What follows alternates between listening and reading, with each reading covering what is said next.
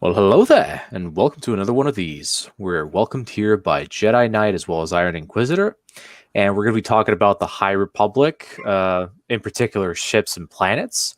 And I'm just going to go ahead and let Jedi Knight deal with it, and we're going to be listening to him. So, say hi, guys. Thank you, Todd. How you doing? Hello. I haven't read any of the High Republic stuff yet, but I'm interested to see what our friend has for us. Well, the thing is, I'm pretty sure the only one who's actually read something from the High Republic is Jedi Knight. So in that case, I'll be honest. Yeah, most of the stuff I read was the comics. I kind of just did the kind of Cliff Notes style of the novels because I don't really have too much of the patience to read them, I will admit. But the comics I thought were pretty solid. Yeah, the comics are definitely easier to read, if nothing. Yeah, and it's I do easier to have Light of the visualize. Jedi, but I'm mostly focusing on the Bantam era Star Wars Legends novels right now. So I'll eventually get to that. Yeah, I mean, my thoughts on the era overall is that it's decent but bland in a way. I mean, there are some woke stuff in it, which, let's face it, it's Disney Star Wars. There's going to be something woke in it, except for some of the non-woke stuff they did, like Jedi Fallen Order, the Vader comics, etc. Yeah, they have good stuff in regards to, Bad Batch is fine, Rebels, Rogue One, that's Yep. But the High Republic is probably the wokest part of it all. What makes you think that exactly? Just out of curiosity. It even rivals the sequels, like it even goes overboard with that. I mean, Trans Jedi, is this a joke? I don't think they're completely trans. I don't know. I don't even know what it's supposed to mean. But the thing is, I think the High Republic, their version, not yours, is definitely the wokest part of Star Wars that they have done so far. I think. Yeah. Sadly. Which is a shame because this actually is its own thing and its own era, and it could have worked, but they kind of screwed it up by just getting identity politics. Not all of the authors. I mean, some of them did, but not all of them. Yeah, but it still damages the era overall quite a bit, as we can see. That it does. Well, to be fair, the general thoughts on the High Republic when it comes to official Disney canon, not fan-made stuff, is that it's trash. I mean, the only High Republic that I'm going to be reading is what you make up at the end of the day, and also the other guy who mentioned it in the comments before. Yeah. I'm never going to touch their crap, honestly. We should have him on too.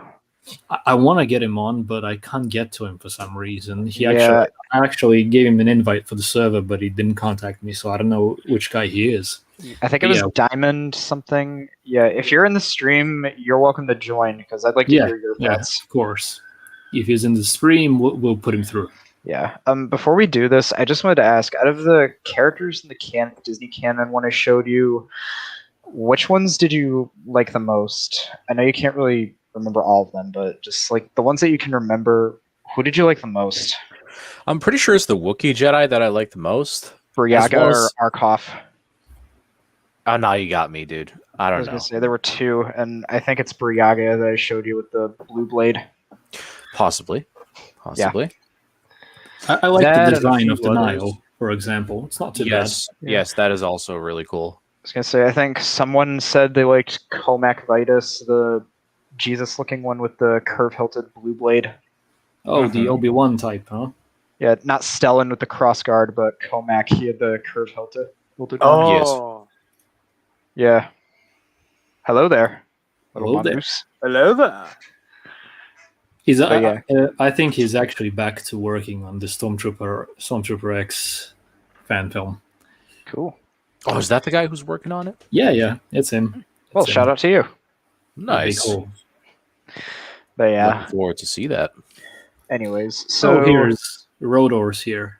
Oh, hey, do you want to jump on? We'll send you the link. Yeah. Well, let's put him through. Why not? Yeah. Okay, so how do I want to start this? Well, let's just go ahead and start from the first ship, and then let's all right. go down. So basically, like this stream that we're doing, I'm going to take a break from characters and do ships and planets. Some of them are Disney canon ones I'm using, whilst the rest are my original ones. One of them, the main one that we'd be visiting planet-wise, I think you'll love the most. Mm-hmm. And sorry about some of the poor picture qualities. I don't know why my computer does that. It just does. Yeah, So- it's probably got to do with WordPad. Yeah, I'm not using Microsoft Word because due to the fact my country's like it, I have to pay to use it, which sucks.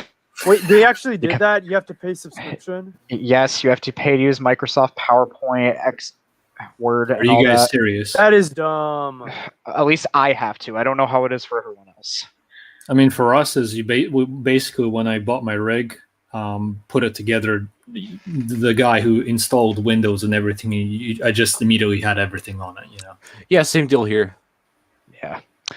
Well, anyways, let's get started. So the first ship I want to start off with is one that the Republic and, well, in Disney's canon, the Jedi use these ships, but I feel like maybe I should have I'm debating whether or not having the Republic or the Jedi use them, but in canon they call them Jedi Vectors, but I prefer to call them the Vector class Starfighter, as you can see here. Now, what do you guys think of the design of this one?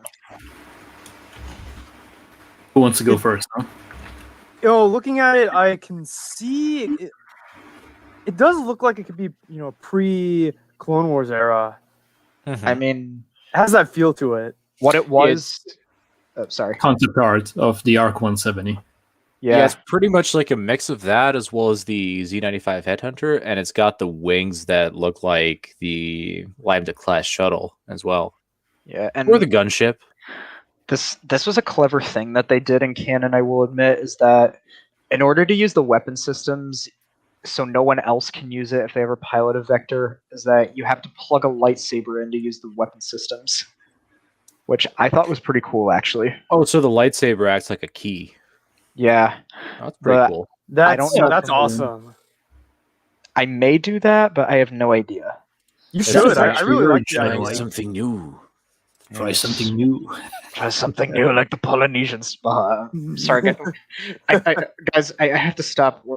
What are we doing? We're too addicted to Polynesian spa memes, aren't we? Oh yes, I kept watching that this morning over and over again. So. It's a disease, but it's a good disease. It's an addiction, Mhm. Truly is. worse I mean, than any drug. Yes, thank Yeah. you, Tamora Morrison. You gave us a gift from heaven. no, it's basically one of those things when you hear it for the first time, you keep on repeating it every day with your friend or like all the time. Every single thing is you hear the Polynesian spa in your head. Hmm. Try But something yeah. new. New Zealand. But yeah, so far this is the only starfighter I have on here. I may make up my own designs and see what I can use, or I'll You have should keep that one. Yeah, I'm keeping the Vector class, but I'm gonna call it the Vector class Starfighter instead of the Jedi Vectors because I feel like the Yeah. other name I have has a nice ring to it. It does. It does. It's much better than the. Yeah, It actually feels more like a Clone Wars era ship than yeah. when they add class to it. It looks. I love its mosquito-like look to it, especially. Indeed. Like it looks like it can be easily maneuverable and fit into tighter spaces around like ships and space battles. So do the wings fold up, or do they stay like that? Yeah, the wings fold up. That's pretty neat. I like Yeah. that too. Let's be honest. The reason why it's a good design is because it's from the concept art from Revenge of the Sith. Yeah, and Basically, Honestly, the prequels are perfection, and yeah, especially the designs. Mhm. yeah. Honestly, the ships in the High Republic actually aren't that bad. Like I think they're pretty good. I think regarding the High Republic, from the ones I know, the two best. This is one, obviously. The second one is the cruiser type that they have. Yeah. Speaking It of looks which, fine. It looks let's move- completely okay. yeah, let's move on to it, I guess. Yeah, yeah. Or- Why not? It's the Yeah, second or- one, right? Yeah. Any final thoughts on the Vector before we move on? Can't go wrong with it, honestly. Yep. And with that said, I think that when it comes to the High Republic videos that we've done, I mean the live streams, this would probably be one of the most interesting when it comes to the vehicles and everything. We could Yeah. really go deep into stuff like this. I Yeah, just because if people aren't really interested in it for the characters, like I think the vehicles and ships would be a great thing for them to use to get into it. Okay, we got to get a link to. Yeah. Moment. I'll do it. All right. You gotta Anyways, moving I'll on. do it. All right, moving on. Now this one is actually a sequel era ship, and it was supposed to be the Resistance bomber, but I'm kind of glad they used the crappier looking one instead of this because this design actually looks way better than what we got in The Last Jedi. This is known as a Republic Longbeam cruiser, which I love it. Like I have nothing bad to say about it. That design looks like a ship I saw in the very last issues of the Star Wars Knights of the Old Republic comics. I think it was like the Axe Head frigate or something like that.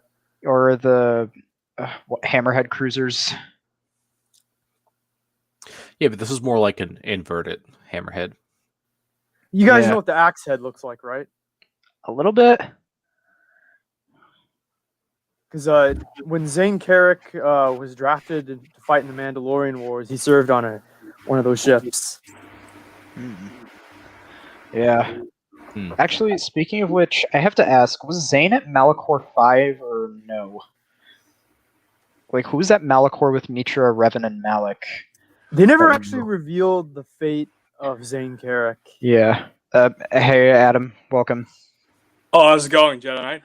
Hello there. Good. Yeah, just missed us talking Welcome. about this one right up here, which before I talk about the long beam, I have to ask, what do you think of this? Personally, I think it looks a little flimsy for in space combat. It looks Really? more like an sorry. No, I was saying, go on. It looks more like an atmosphere.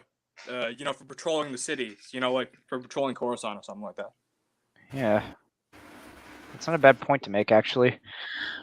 Does it have basic- shields? Does it have shield capabilities of any kind? I think it does, but I don't remember. I'm not really too much of a ship expert, so I'm not really the best person to ask for it. Sorry Maybe if I not. just used that Maybe bit. not much of a starfighter expert. Yeah.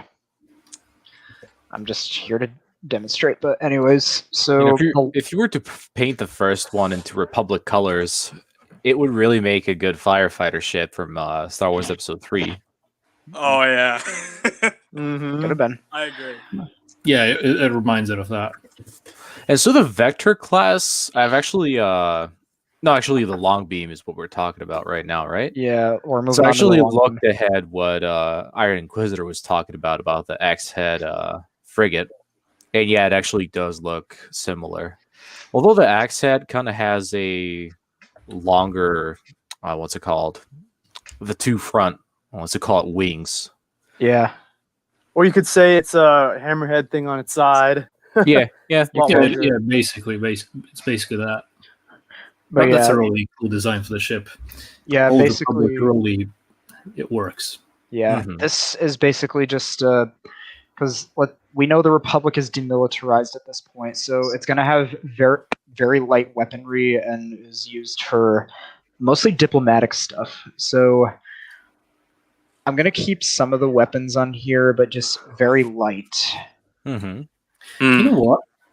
Now when you mentioned that it was demilitarized, like the Star Wars galaxy, it went through countless wars, like in the Old Republic era and everything.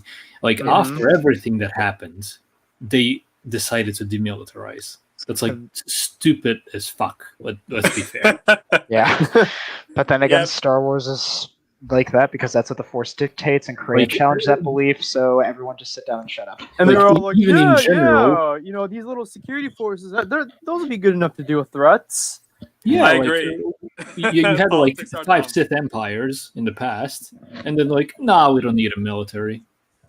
Yeah, At but the time of basically, the Phantom Menace, it seems the Jedi are doing most of the work, and these planetary security forces aren't doing shit. Yeah, exactly. They're basically there to die. That's it. but yeah, Like the in my ones in version, episode 1. Like Why are we basically here? them. Just to suffer. in my version, the Republic has some ships like this and the Consul class frigate, but the planets will basically have to rely on their own militaries to defend them against the Nile threat during this time. Uh-huh. And the thing Anyways. is, some planets are poorer than others, so imagine what would happen there. Oh yeah. Right. But that's where the Jedi come in, so everything evens out in the end.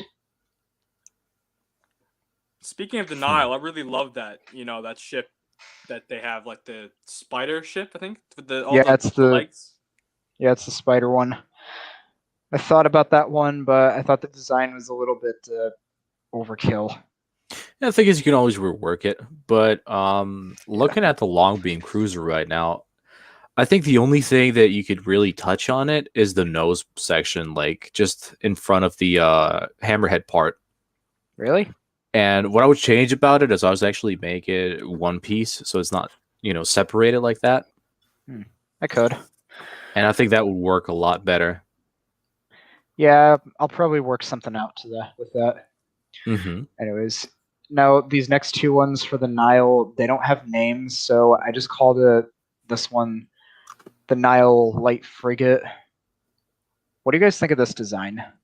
Because this is mainly used for them on their smaller missions where they would basically just go around attacking like domestic vessels and cargo ships. I have a few thoughts on it. For those who played Star Wars Empire at War, especially the Zon Consortium, I don't even know how to pronounce it, but it really reminds me of the smaller type ships that what's it called? The not the smallest ones, like the second smallest. I'm gonna actually search that up. But Are you thinking about the Crusader class gunship? No, I think they're smaller ones. Like, or like the Skip Ray blast boats? Yes, that one, the Skip Ray. It kind of reminds me of that in a way. Like it's the Skip Ray is sort of this size, like the light frigate here. So I'd say that's that. Mm-hmm. Yeah. What do you guys think of this design overall? Is it what do you think? Well, you're Well, talking about the definitely- Nile. Sorry, you go ahead. No, just go ahead. It's okay. I was just gonna ask if you could scroll it down a little bit because I can't really see it on my screen. Yeah, hold on.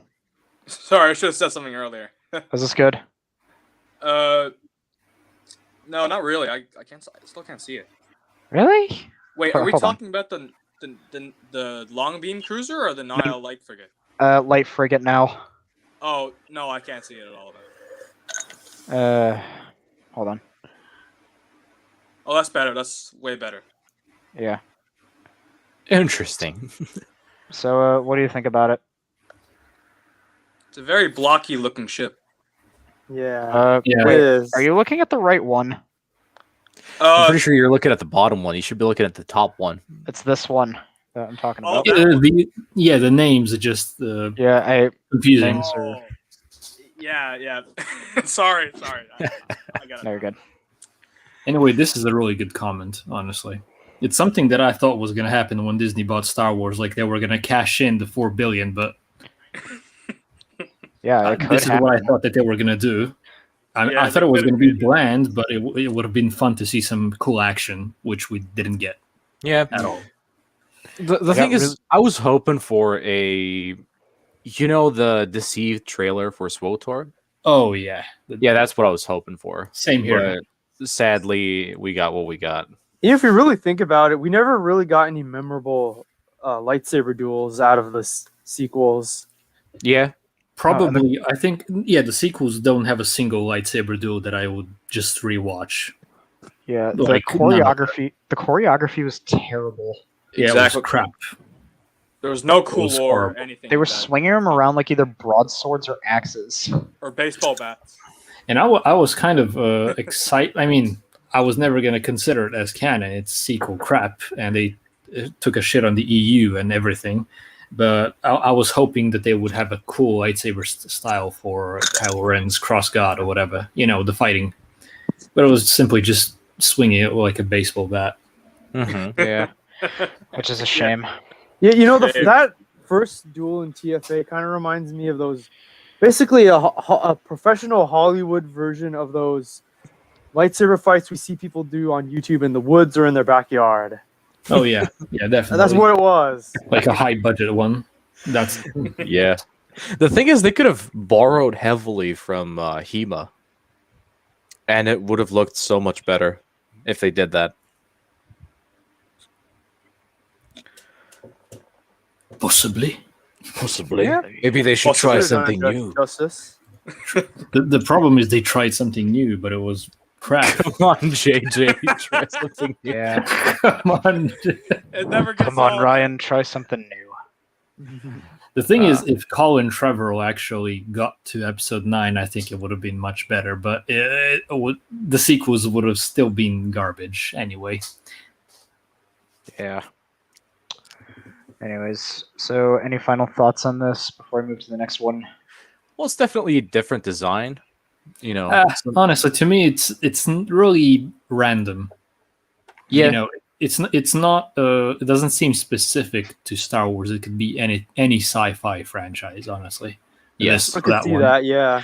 I guess Nothing at so. all like those Republic cruisers, you know. Mhm. Yeah. Anyways, right here, this is kind of a what I call a Nile transport speeder for like the ground and stuff. This I like a bit more than the previous let's one. get on. Yeah. Let's get Diamond on. He's All right. Diamond, actually. Is that Diamond? I said Diamond. Yeah, Diamond. Yeah, let's get him on somehow. Does anyone have him on Somehow. Discord? I don't think I have. Yeah, Diamond. Try to message one of us on Discord, and hopefully one of us will send you the link. Or I'm on Discord right now, so if he's on the server, actually, for everyone who's not on the server, let's just put the link for it in the chat, and yeah, anyone can enter. So make it easier for you. yeah, we're only allowed 6 at the max, though. Yeah. Yeah. Anyways, so what do you think of the speeder here? And not a bad design, a bit blocky. What do you think? Yeah, it's not necessarily a bad thing. I mean, the Nile are kind of, makeshift. What's the word? Yeah. Mm-hmm. I mean, some of the ships that are basically salvaged, and they're trying to build what they have with all the junk they're finding, of which, in my version, some of the scrap that they find is basically on planets like Raxus Prime and all that. Yeah, Well, that's what I was thinking of. That's the kind of Yeah. Speaking of which, Raxus is actually going to show up in this for a special type of ship I will show. Mhm. Now, a disclaimer before we keep going, you are about to see some very awful and crude drawings on my end. So be prepared for some ugliness, because they're more just idea sketches than they are like the final product. I kind of wish Sci-Fi Unchained was here just to roast you on this. Why do you want him to roast me so bad? Just why? He said himself he was going to be tough on you with fleet composition and such. Yeah, and I would have taken it like a man, I'm sure you would. unlike these woke assholes. All right, so we got 360 on. Hey man, how's it Welcome. going? And I would have taken Hello it like there. a man. Hello there, Hello there. Hello there. Mike. I think you have some competition now with the fixing the High Republic. Yeah. Not really. But, General yeah. Kenobi. Hello there. Mike, You are a bold one. now with the fixing the Kill him. Yeah, anyways, welcome to the stream. What's your story with all the High Republic stuff exactly? Oh, me? Yeah. All right. So when it was initially announced, I was pretty confused about it. I didn't really know what they were doing, and I read the first book, and it wasn't like it was a pretty average story, but it had potential. And the more I saw the potential, it was like they weren't going anywhere with it. So Yeah. I was like, as a writer myself, I'm like, these characters have a chance. Let's give a chance. So I mean, my main issue is what they're doing with the adult novels, and that's introducing too many characters at once. The Rising agree. Storm did that, but they at least went somewhere in terms of like what they were doing with that weird artifact Markion had at the end of the book. yeah, I agree. Yeah. So anyways, we're just discussing ships and planets on this. Interesting. And you're about to see my horrible sketches. Excellent. So let's move on. So here's one sketch I have, which is known as a Republic Sentinel class cruiser. What do you think of the design overall? Like, just because what I wanted it to be was kind of a more larger cruiser for like transporting senators on missions to other worlds for negotiations and all that. At least have some sort of defense and maybe act as pleasure vessels. I don't know. But what do you think of it? Wonderful drawings. I think the side drawing is the best. To tell you the truth, the side drawing makes it seem like a speeder. Really? Yeah, that's what I was about to say. At first glance, it looks like a land. And it's probably because of the wind. Well, I don't know what it is, but like, let's say window area. But I'm pretty sure it's not windows, right? Sort of like grills in a way. Yeah. So that's what I was all about, and that's what pretty much makes it a speeder. You know, like a what's it called? Luke's speeder from Star Wars Episode 4. Yeah. But the thing is, if you make it a bit longer, maybe. And I kind of have an idea on this, and maybe I could share this later with you. Yeah, like Just that's kind the of thing. fix it up. Since I'm not good at drawing ships, so I'm just Uh-huh. hoping maybe I can find somebody to like clean up my drawings in a way. But I don't Actually, know. to tell you the truth, if it wasn't 2D, like from the sides, if Yeah, it was like a 3D drawing, then I wouldn't see a problem. It probably wouldn't look like a speeder anymore. yeah. Uh-huh. Like I said, I'm not as experienced with like 3D and computer stuff. I'm not a great artist, so. The thing is, anyways. I could do some drawings for you, but you would have to send me the the images so I can actually rework what Yeah. you already did there. Yeah, and then maybe I can show them off some other time. Because I kind of have an idea for this one, but yeah, it's definitely gonna have some. Well, I'm gonna have to take my time with it and see what I can do. Yeah, and it's like I said before, these are just like crude sketches of what I want the idea to be. Like they're essentially ideas, thought bubble sketches. Yes. The next one I have here is a Republic Dodger class cruiser in a way. But this one's basically supposed to be more of like a smaller cruiser. In a way, it's a medium size. Uh huh. Looks like it has a couple of turbo lasers on it, does it? Yeah, there's some it has a few turbo lasers, but there's not, like I said with this, there's not going to be many weapons on the ship since they were demilitarized. Yeah. Mm-hmm. Kind of have an idea for this one as well. All right. I'm just going to breeze through these ones and just explain later. But yeah, here's the Harbinger class blockade runner that I have.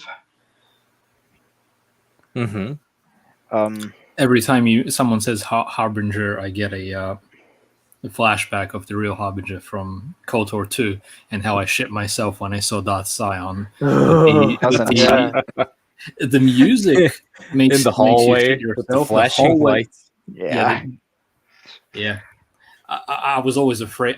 For some reason, Paragus, back in the day when I played as a kid, scared the shit out of me. That first mission was really uneasy. Like, you're uneasy while playing it, you know? Yeah. Honestly, for me, when I play KOTOR 2, Paragus is just a pain in the ass to get off.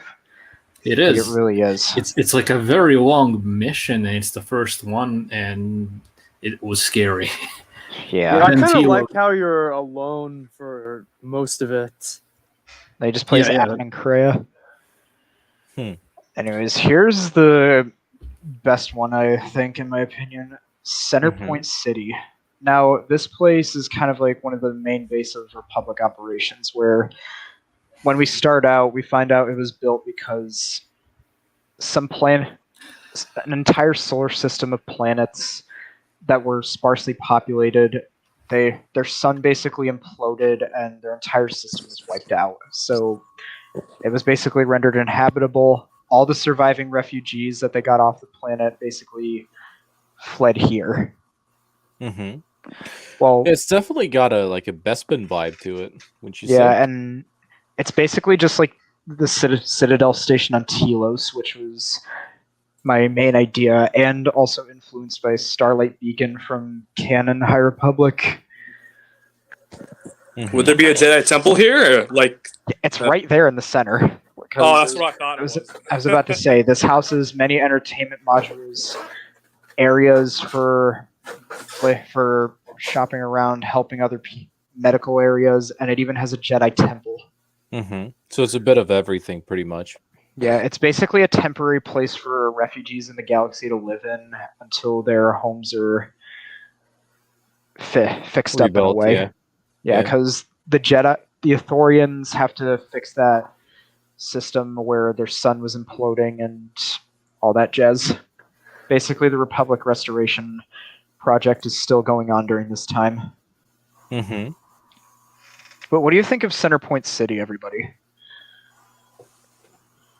It's cool, I guess. This really is fitting for the time because the Jedi are acting, well, the Republic is, I don't know. Because I wanted this to be an actual Renaissance era, but even the Renaissance did have its wars. So there are some minor, mainly solar system wide civil wars, but nothing on a galactic scale. The only thing that's really galactic is just the Jedi hunting down the Nile and finding the big MacGuffin, which everything will culminate to. I do have one more question, though. What's that? I was a bit lost in thought there for a second, but what year would this place be active? Most active, or Around 800 or 900 years. okay. Yoda will be around in my series, but he will actually be younger and adult-like, because he's not gonna basically be like Grogu, who ages slowly. I don't think that's how Yoda's species works, is it? Nah, I think they kind of screwed up there. How did it work? He just aged normally and then to slow down when he reached adulthood, or No, it seems like he was aging very slowly when he was he's a baby at 50. It's kind of stupid. Yet he's dying at 900. Technically, if you would add some basic common sense, would suggest that he lives longer then. No, there's perfectly a reasonable explanation for that. But since this is They want to sell toys. True. That's true, but when you look at it, I don't care about the Mandalorian, so it's not a plot hole to me. Yeah. Yeah, but what I'm saying is since this is in Legends, and I'm talking about how Yoda's species works in that form. Do they grow up normally for the first 80 or so years of their life, and then they start aging slowly when they reach their centuries? I would not know. Yeah, but I do have a question. If Yoda is going to be in this series, I don't think he won't be Grand Master for at least a while, right? No, he will not be Grand Master until later in the era. Because honestly, I can kind of toy with that since we don't actually know when he became Grand Master. Huh. What would be cool? If you somehow briefly maybe added Nicara del Gormo. Yeah. He should be alive around the time of 800 BBY. Yeah, there are some Jedi that were around this time that will appear. He trained Yoda, and the thing is, it's never specific on what. He trained him on a planet similar to Dagobah, when you look at the image or whatever, a random unknown planet. But it's never specific on whether he went to the Coruscant Jedi Temple, like when Yoda did after his training there. Yeah. So I think you can play around with that. More like an Easter egg to the EU fans. Yeah. Anyways, since this station is basically going to be in the middle of nowhere in space, I thought about just adding little freighters coming in, but I don't know why I didn't. But I could have done that. But any final thoughts on Centerpoint City before we move on? Have a couple of cloud cars flying. That would complete it. It looks like a blocky Cloud City. Yeah. Which I don't mind. I think it's a pretty cool idea. Yeah. It's fitting for the time, if nothing. Yeah, it should feel a bit older, like a retro. If you're going for the blocky feel, I would make the base of the Jedi Temple blocky as well. Like a maybe, half pyramid, and they just cut it on the on the center there. Yeah, it could. maybe you should do it more of a Dantooine style temple. So basically, you like the know. Jedi Enclave. Yeah, the Mhm. Enclave. Maybe I will. Also, I'm curious to hear what 360 has to add generally to the High Republic era, since he's also Yeah. doing his version. Yeah, 360. What are your thoughts on this? I do really like it. I don't know if it's part of a planet or if it's just deep in space, but I do like the idea of just a space like haven to just show Yeah. up at. Yeah, this is literally in the middle of space. I said that earlier. Like, it's not orbiting any planets. It's literally in the middle of space. Yeah. There's not Yeah. like a lot of things like it. It's just like a orbital space station that people could just show up at as a Jedi Enclave. I think that's a pretty Yeah. interesting idea. Yeah, Hmm. but That's I'm no also, city. It's a space station. yeah. But no, like, I'm also talking about the High Republic in general. Or, well, we are. Yeah. Although I've noticed you haven't mentioned that, like when you showed me this a few days back, it has no shields. It's basically the buildings and everything. It's like in open space, literally. Yeah, everything is basically connected through, like, Hydroloop type tubes and stuff, like Citadel Station in a way. Like Futurama. Yeah. So all the gardens and stuff for the temple are all on the interior. There's not much Mhm. really to the exterior. Yeah, well, about the temple, I guess it doesn't have to be anything crazy because this is a temporary city, right? Yeah, it's just something for the Republic and the Jedi to use to help others. And there is a Jedi Council for this city, so I'll go over that another time. Okay. Anyways, moving on. The Nile ships that I have are the Serpent class cruiser. And we also have the Shuriken class frigate. Yeah, this one is more like it with the spikes on the sides. Yeah. And Yeah. finally, Huh? Did you guys ever watch Treasure Planet? Because Yeah. the Nile reminds me of the yeah. Space Pirates. Treasure Planet? Oh yeah. and then finally we have the Spearhead. What do you think of those three designs overall? The Spearhead and the one above it looks more like a Space Viking thing than the first It one. does, yeah. Yeah, Mhm. because they've said they're like Space Vikings, so I'm trying to go for that feel in a way. Uh-huh. And the Nile, in my version, they're not exactly the main villain. The main villain are the group of Dark Jedi that I discussed called the Shadow Hands. The Nile are basically just a means to an end. Like, once the Shadow Hands have what they want, then they're going to dispose of the Nile. It's all Logan now. Yeah, It's all I get. It's all I get now. yeah.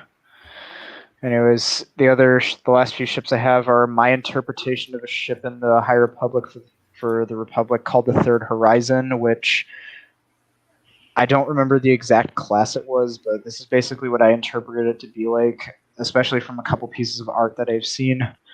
Uh-huh. So what And- are the things on the front?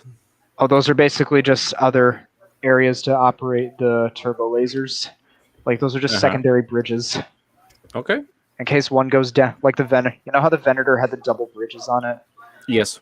In case one goes down, then there's another that you can go to. Well, the thing is, I would Nice. maybe invert the design so the top part of your paper is actually the front of the ship, and make the engines triple but split. I think Yeah. that will work a lot better. And finally, we have the Shadow Hands main ship, which, spoiler alert, one of them will die on the Apocalypse. Oh, that one looks awesome. Oh. I really like this one. I like Yeah. that one. Yeah, Mhm. this yeah. is Oh, what look at that. this is the Apocalypse. Yeah, it's open- definitely got a Star Destroyer vibe to it.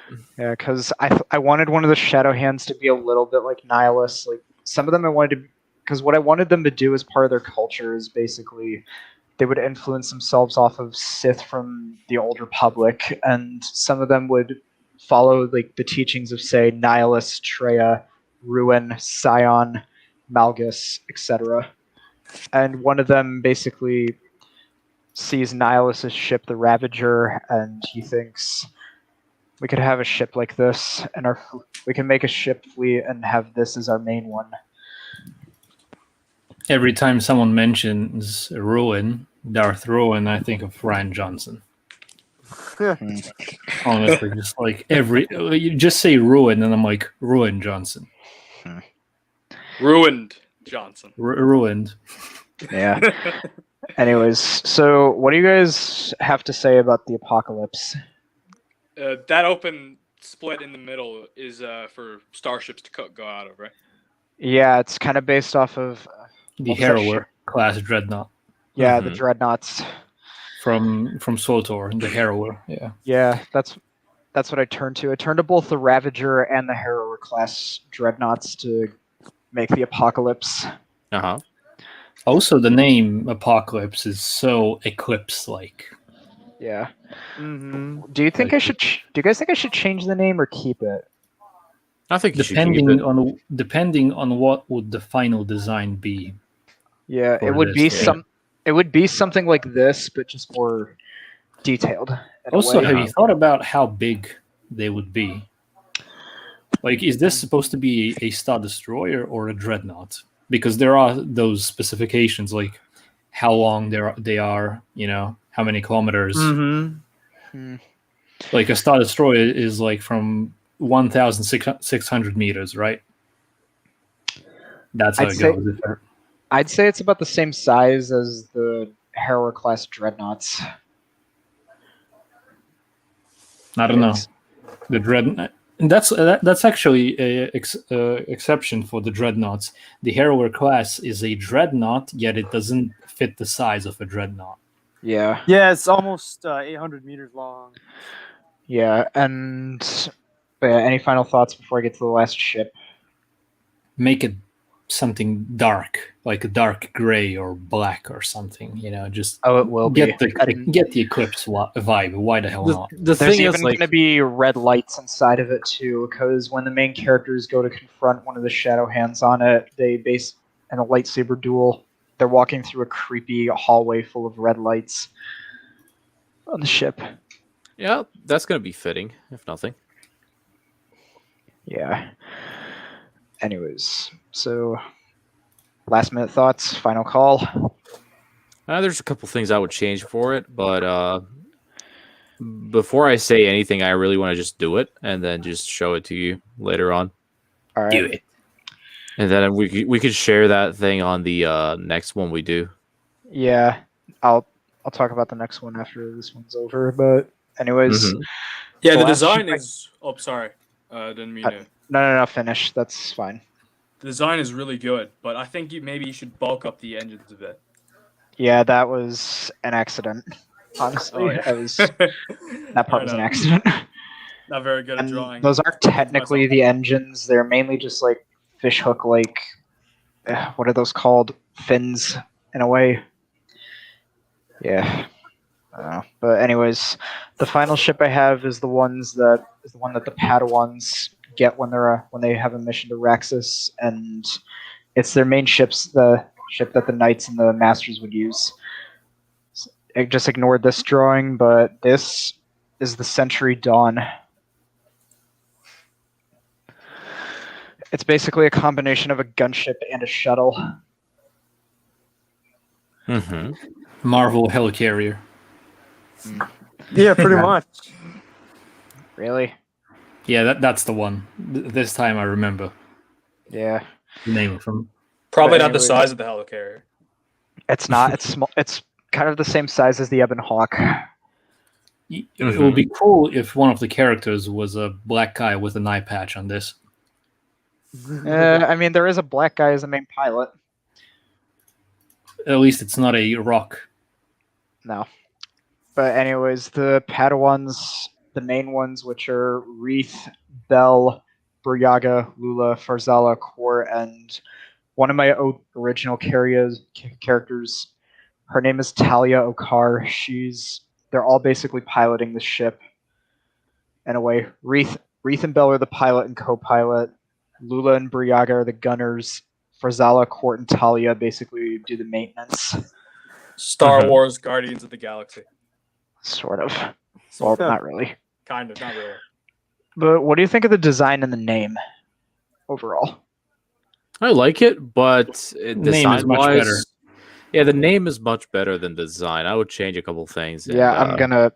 Like I said, some of these aren't the final products, so I'm gonna change them. I think for a name called like the Century Dawn, it needs more elegance to it instead of blockiness. Yeah. I tried to go for like a triangular type of design, but it wasn't working. So It needs something more Naboo-like, if you know what I mean. It has to have elegance with the name. Yeah, but then again, this was an old junk ship from the 2000 BBY era, and they were trying to, and they basically just found it on Raxus Prime. So And tried something new. yes, they fixed it. The 7 of them fixed it up, and then they called it their own ship. Yeah. Anyways, final thoughts. Come on, New Zealand. Go on. As I said, I like the name of it, but I would change a couple things in the design. Yeah, I'm gonna do that. So now I'm gonna move on to planets, and the first planet on the list is by far my favorite and the most fun I've had creating. Gentlemen, may I present to you the planet Etheria, and basically I modeled it after both Greece and Rome combined into one. It's a Polynesian spa planet. There are bathhouses on this planet, yes, and Beautiful. I'm gonna put a Tamora Morrison type of character in it, saying, "The Ethereum bathhouses. I love coming here. There are no words." And because you know how Dave Filoni likes to have people pay close attention to detail and stuff like that. Oh yeah. He's good at that. Honestly, I have some cool background. There's going to be a lot of background dialogue you'll hear in the series too, like them talking about the ceilings, the poetry writings that they would have in the libraries on this world. But basically, this is one of the main planets that we visit, where kind of everything's happening. There's a Jedi enclave not far from the capital, and this is basically what I've decided to be Avar Chris's homeworld. Like, this is her homeworld. So this is pretty much like a Coruscant type planet. Only when it comes to like the mainness of it, if I can say it like that. Some of these planets I did influence off the ancient world because I thought George Lucas did the OT off of cowboy style stuff and pirates and all that. I decided to make this more like the ancient world. Which is fitting. So, would it have any modern, Star Wars metal structures in the center? Or would it all mainly on the interiors is where the Star Warsy type of feel comes in, and in the city streets. Like, you'll see like Neranium statues of famous people from the planet. This is basically a hidden gem in the galaxy. Unintended, yes. Yeah. Oh, there are no words. It's a place to try something new. Yeah. Does anybody want to talk about this planet a little more? Like, what are all your thoughts on it individually? Todd, do you want to start? Do I want to start? Well, I don't know what to say about it. I would like to see it expanded upon. Yeah. Luke, what do you think?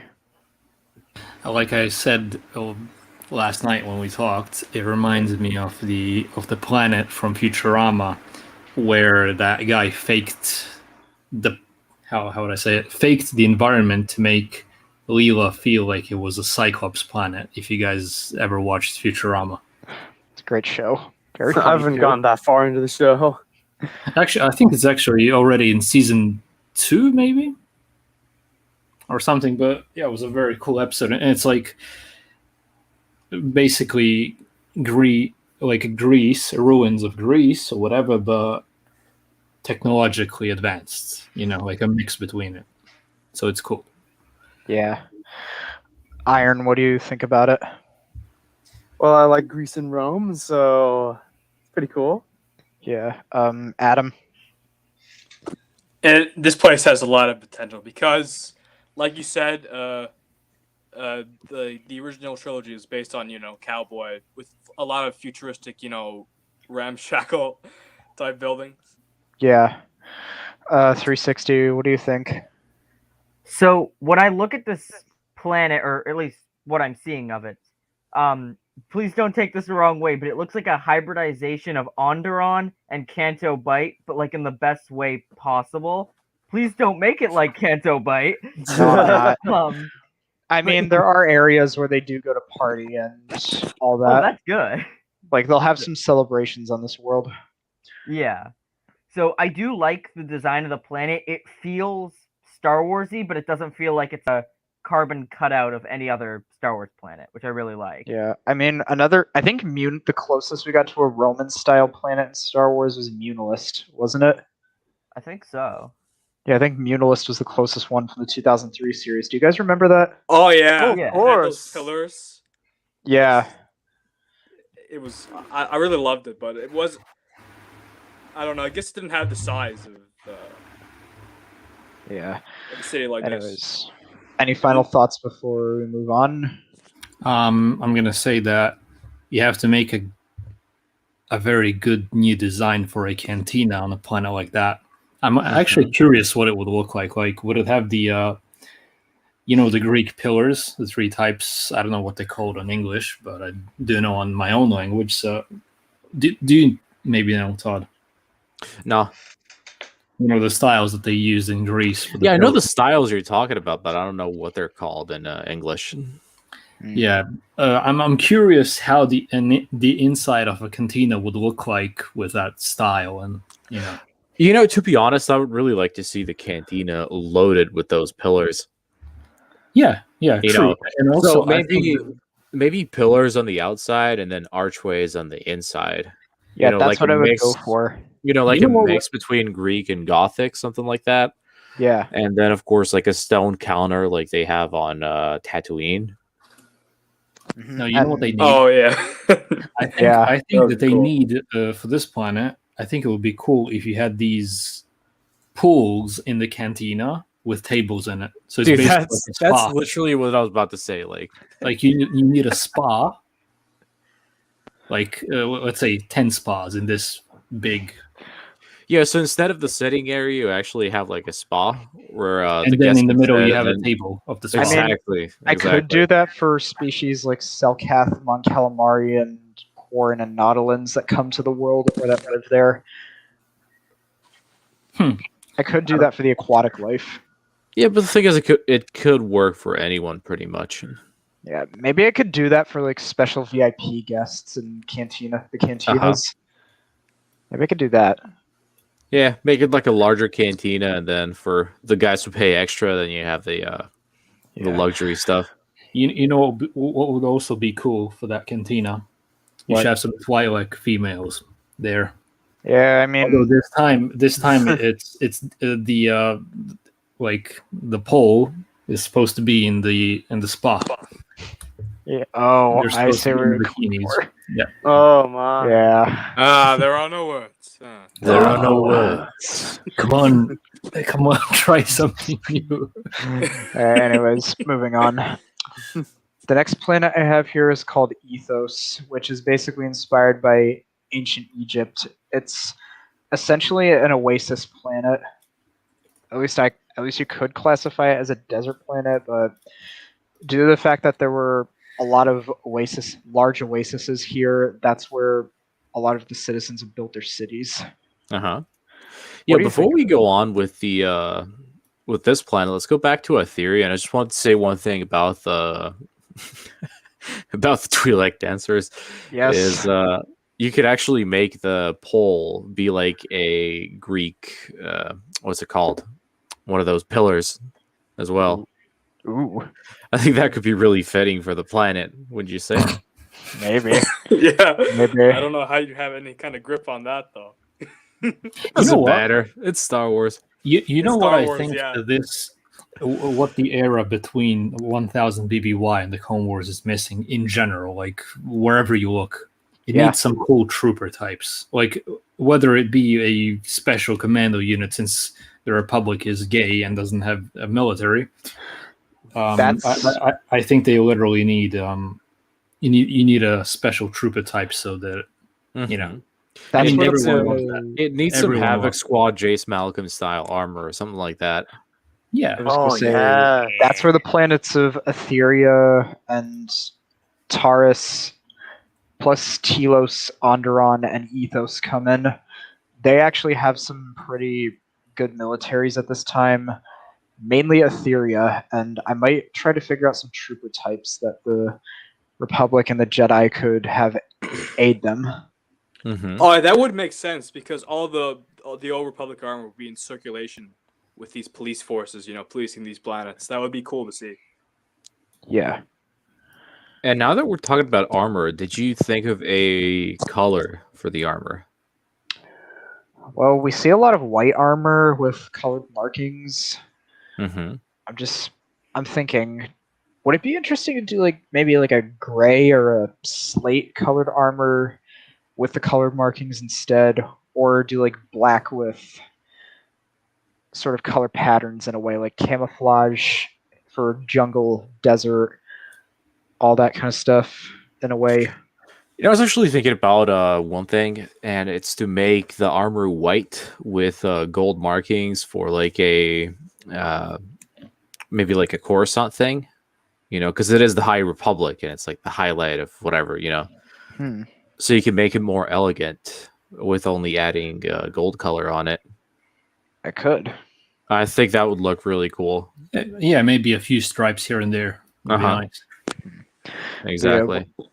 Since Maybe I the modeled city this- would have the kind of the national colors of Etheria. Mm-hmm. Yeah. That's what I was on about. I was gonna say. So, what do you guys think of Ethos in a way? Since it's basically an Egyptian-inspired planet, how do you think it would look in Star Wars terms in a way?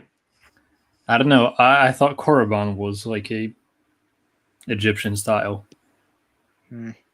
planet. I mean, I guess it doesn't hurt to have another. Yeah, that's true. I actually visited the Valley of the Dark Lords in real life. Impressive. Oh, really? Well, I went to Egypt, and you have the Valley of Kings, and it's an obvious inspiration for the Valley of the Dark Lords, because yeah. at the very end of the valley, the Egyptians thought of the mountain that is there as a pyramid, because it's in the shape of a pyramid, And on Korriban, like when you pass through the valley with all the statues and the sides and the what do you call them, the tombs, at the end you have the huge pyramid. Mhm. So it's basically inspired by Egypt. Yeah. Yeah. Yeah. But yeah, so I know most people would probably classify this as a desert planet, but what do you think of seeing just a world that's full of oases and in Star Wars in a way? I don't think we've seen a planet like that, really, or have we? You need a lot of desert for it to have an oasis, because otherwise it's not an oasis. That's Yeah. probably the problem with that.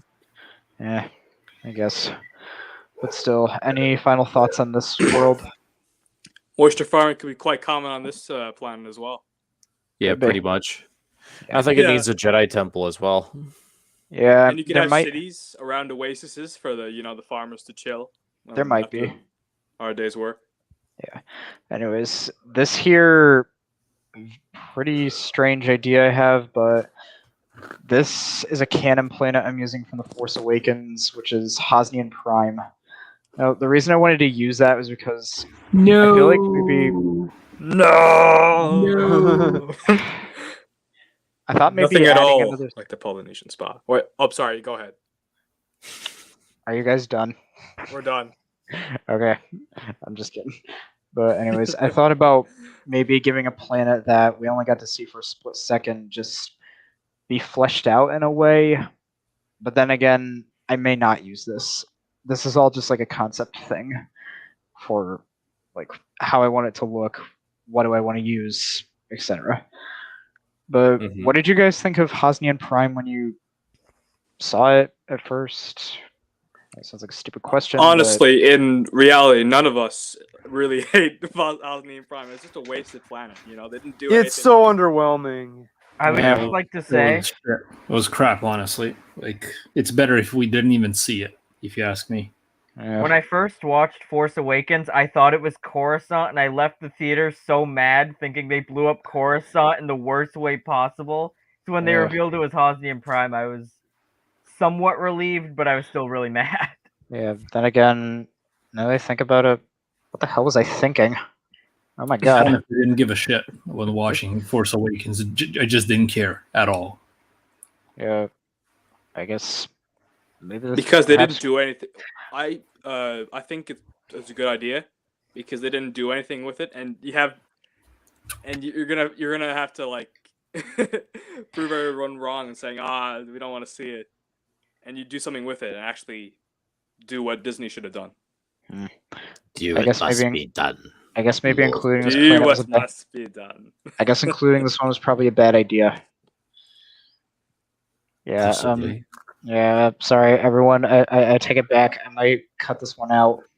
Anyways, there's a different city planet I'm gonna use called Spyros, which I'm pretty much gonna have be a planet where I haven't thought of a name of it, but it's basically a weapons corporation, which the Jedi Master Elzar Mann, his father, basically runs this factory on the world. Yeah, and this is basically where he goes to confront and hunt him, and he finds out that he's making weapons for sketchy figures. So this looks like the industrial area of Coruscant. Yeah, it was the only one I could find on such short notice. Uh-huh. Well, actually, I don't. Is it the industrial era? No, I said it looks like it. I'm not sure what it is on Ah. the actual picture. Yeah. I'm just gonna jump in for a second. You have a message. We have a message for you, Jedi Knight. Yeah. Don't sound Someone like a Star paid Wars us type to of planet. tell you. Yeah, I know. Thank you. I don't know what I was thinking, honestly. It's okay. Thank you know. very much, Rob Nick. Yeah. Means a lot. I know. So, like, seriously, with Hosnian Prime, I don't know what I was thinking. No, the thing is, you could use it, but you know, No, because like what I was gonna do with it is just like on Taurus in the KOTOR comics, I was gonna have a Jedi Watchtower on there, but maybe I should just save that for another thing or for a Uh-huh. different city planet. Honestly, I actually like the name Etheria because this is the High Republic, and Etheria sounds like a very high fantasy-esque name, but it's actually Asian world. Yeah, and it kind of reflects the city of Athens in real life. Oh yeah, right. Yeah. mm-hmm. But yeah, anyways, this is the city world I'm gonna use, and this planet, Xanthus, it's essentially there's a Jedi outpost / mining facility there for the Republic, and this is basically a snow world, but it's also covered in lava as well. So the snow on this planet basically just never melts. In a way, since it can withstand the enormous heat from the lava. Uh-huh. What do you think of it? How So would it's it like look? It's like a modified Hoth, pretty much. Yeah. What do you guys think as well? Iron.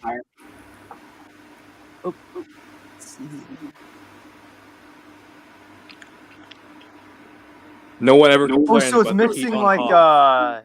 snow planet plus lava. Yeah. Ooh. Yeah. It's basically a mining planet as well as housing a Jedi outpost there for those who need help. Oh, it's like for some reason it reminds me of Starkiller Base when it's about to be destroyed. Hmm. You know when it divides. Yeah. I know what you're talking about. divides them in the But, the like- Forest Awakens. Yeah. But like, what would you? How would you see that? What would you think when you see that visually? What would you think about it? Warcraft. Interesting. I mean, that's my association since I've been playing it for 13 years now. Yeah. And you have similar places to that over there. So I guess I'll show them to you and you can make up your mind on the designs of everything. I don't know. Yeah, and the final planet we have here, which is Doma, which is a crystal world where the Jedi have a facility to gather lightsaber crystals for Jedi at the enclaves across the galaxy in a way. So they're not using Ilum?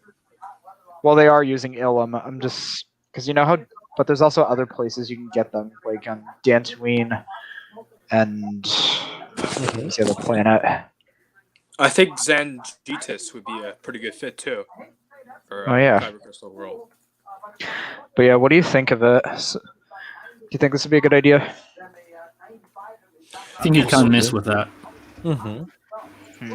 Yeah, I mean, I kind of want the crystals would glow too, so it would have a nice landscape to it, and as well.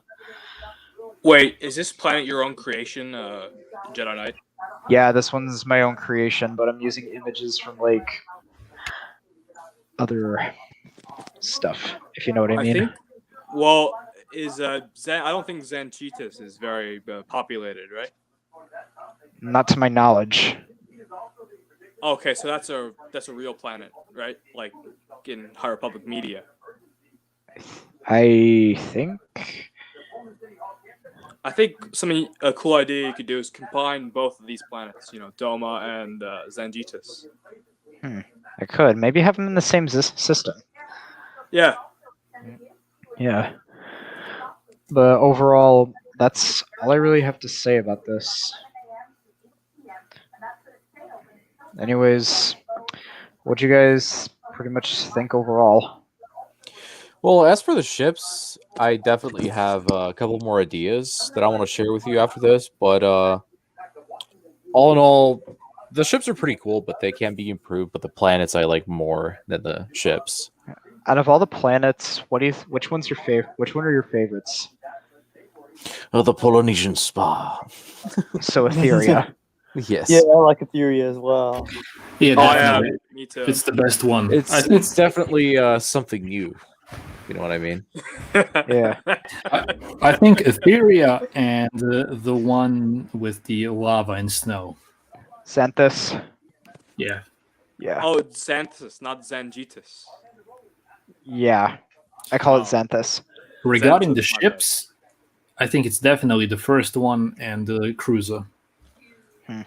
So the Vector and I can't remember the Long Hammerhead. beam. Yeah, that one. Yeah. Well, anyways, that's all I pretty much have to say. This was my presentation. Alrighty.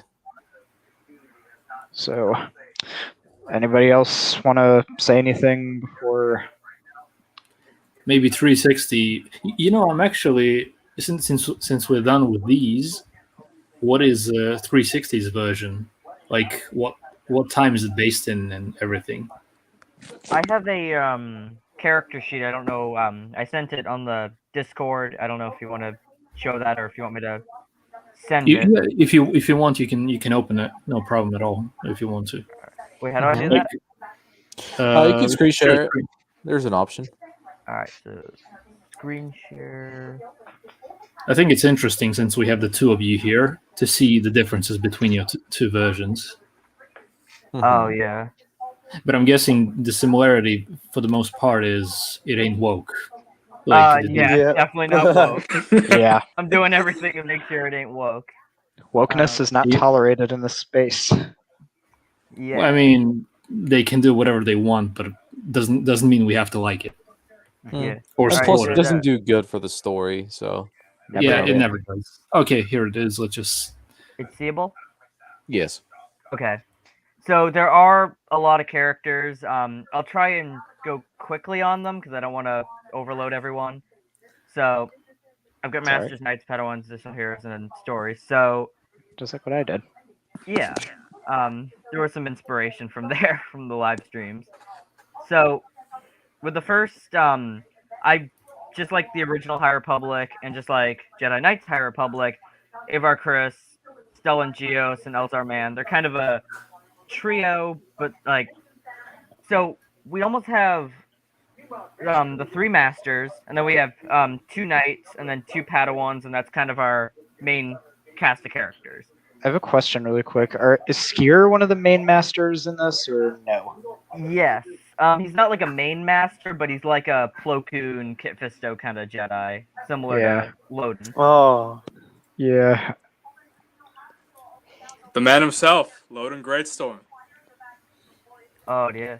So, the difference is Avar.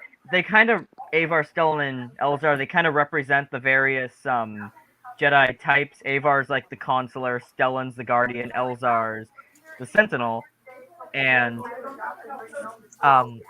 one of the things about Stellan Geos is he is the battle master of the Jedi Order, and he's actually when I saw the lightsaber, I'm like, battle master, the beard, the lightsaber, Kalktarn, but not Kalktarn.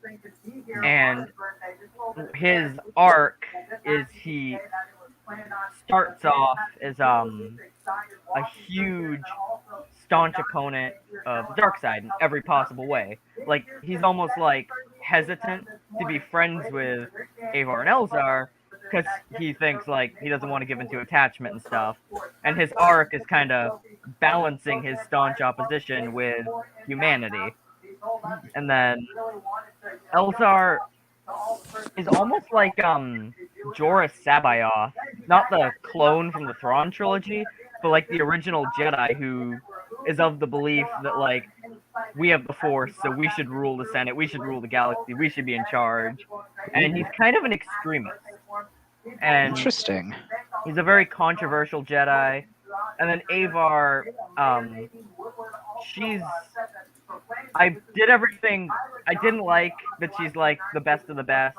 So I made her almost like the ideal Jedi. Like, she's like the Jedi the Masters show their Padawans and be like, you want to be that Jedi? But she doesn't want to be a celebrity. She just wants to be a regular Jedi.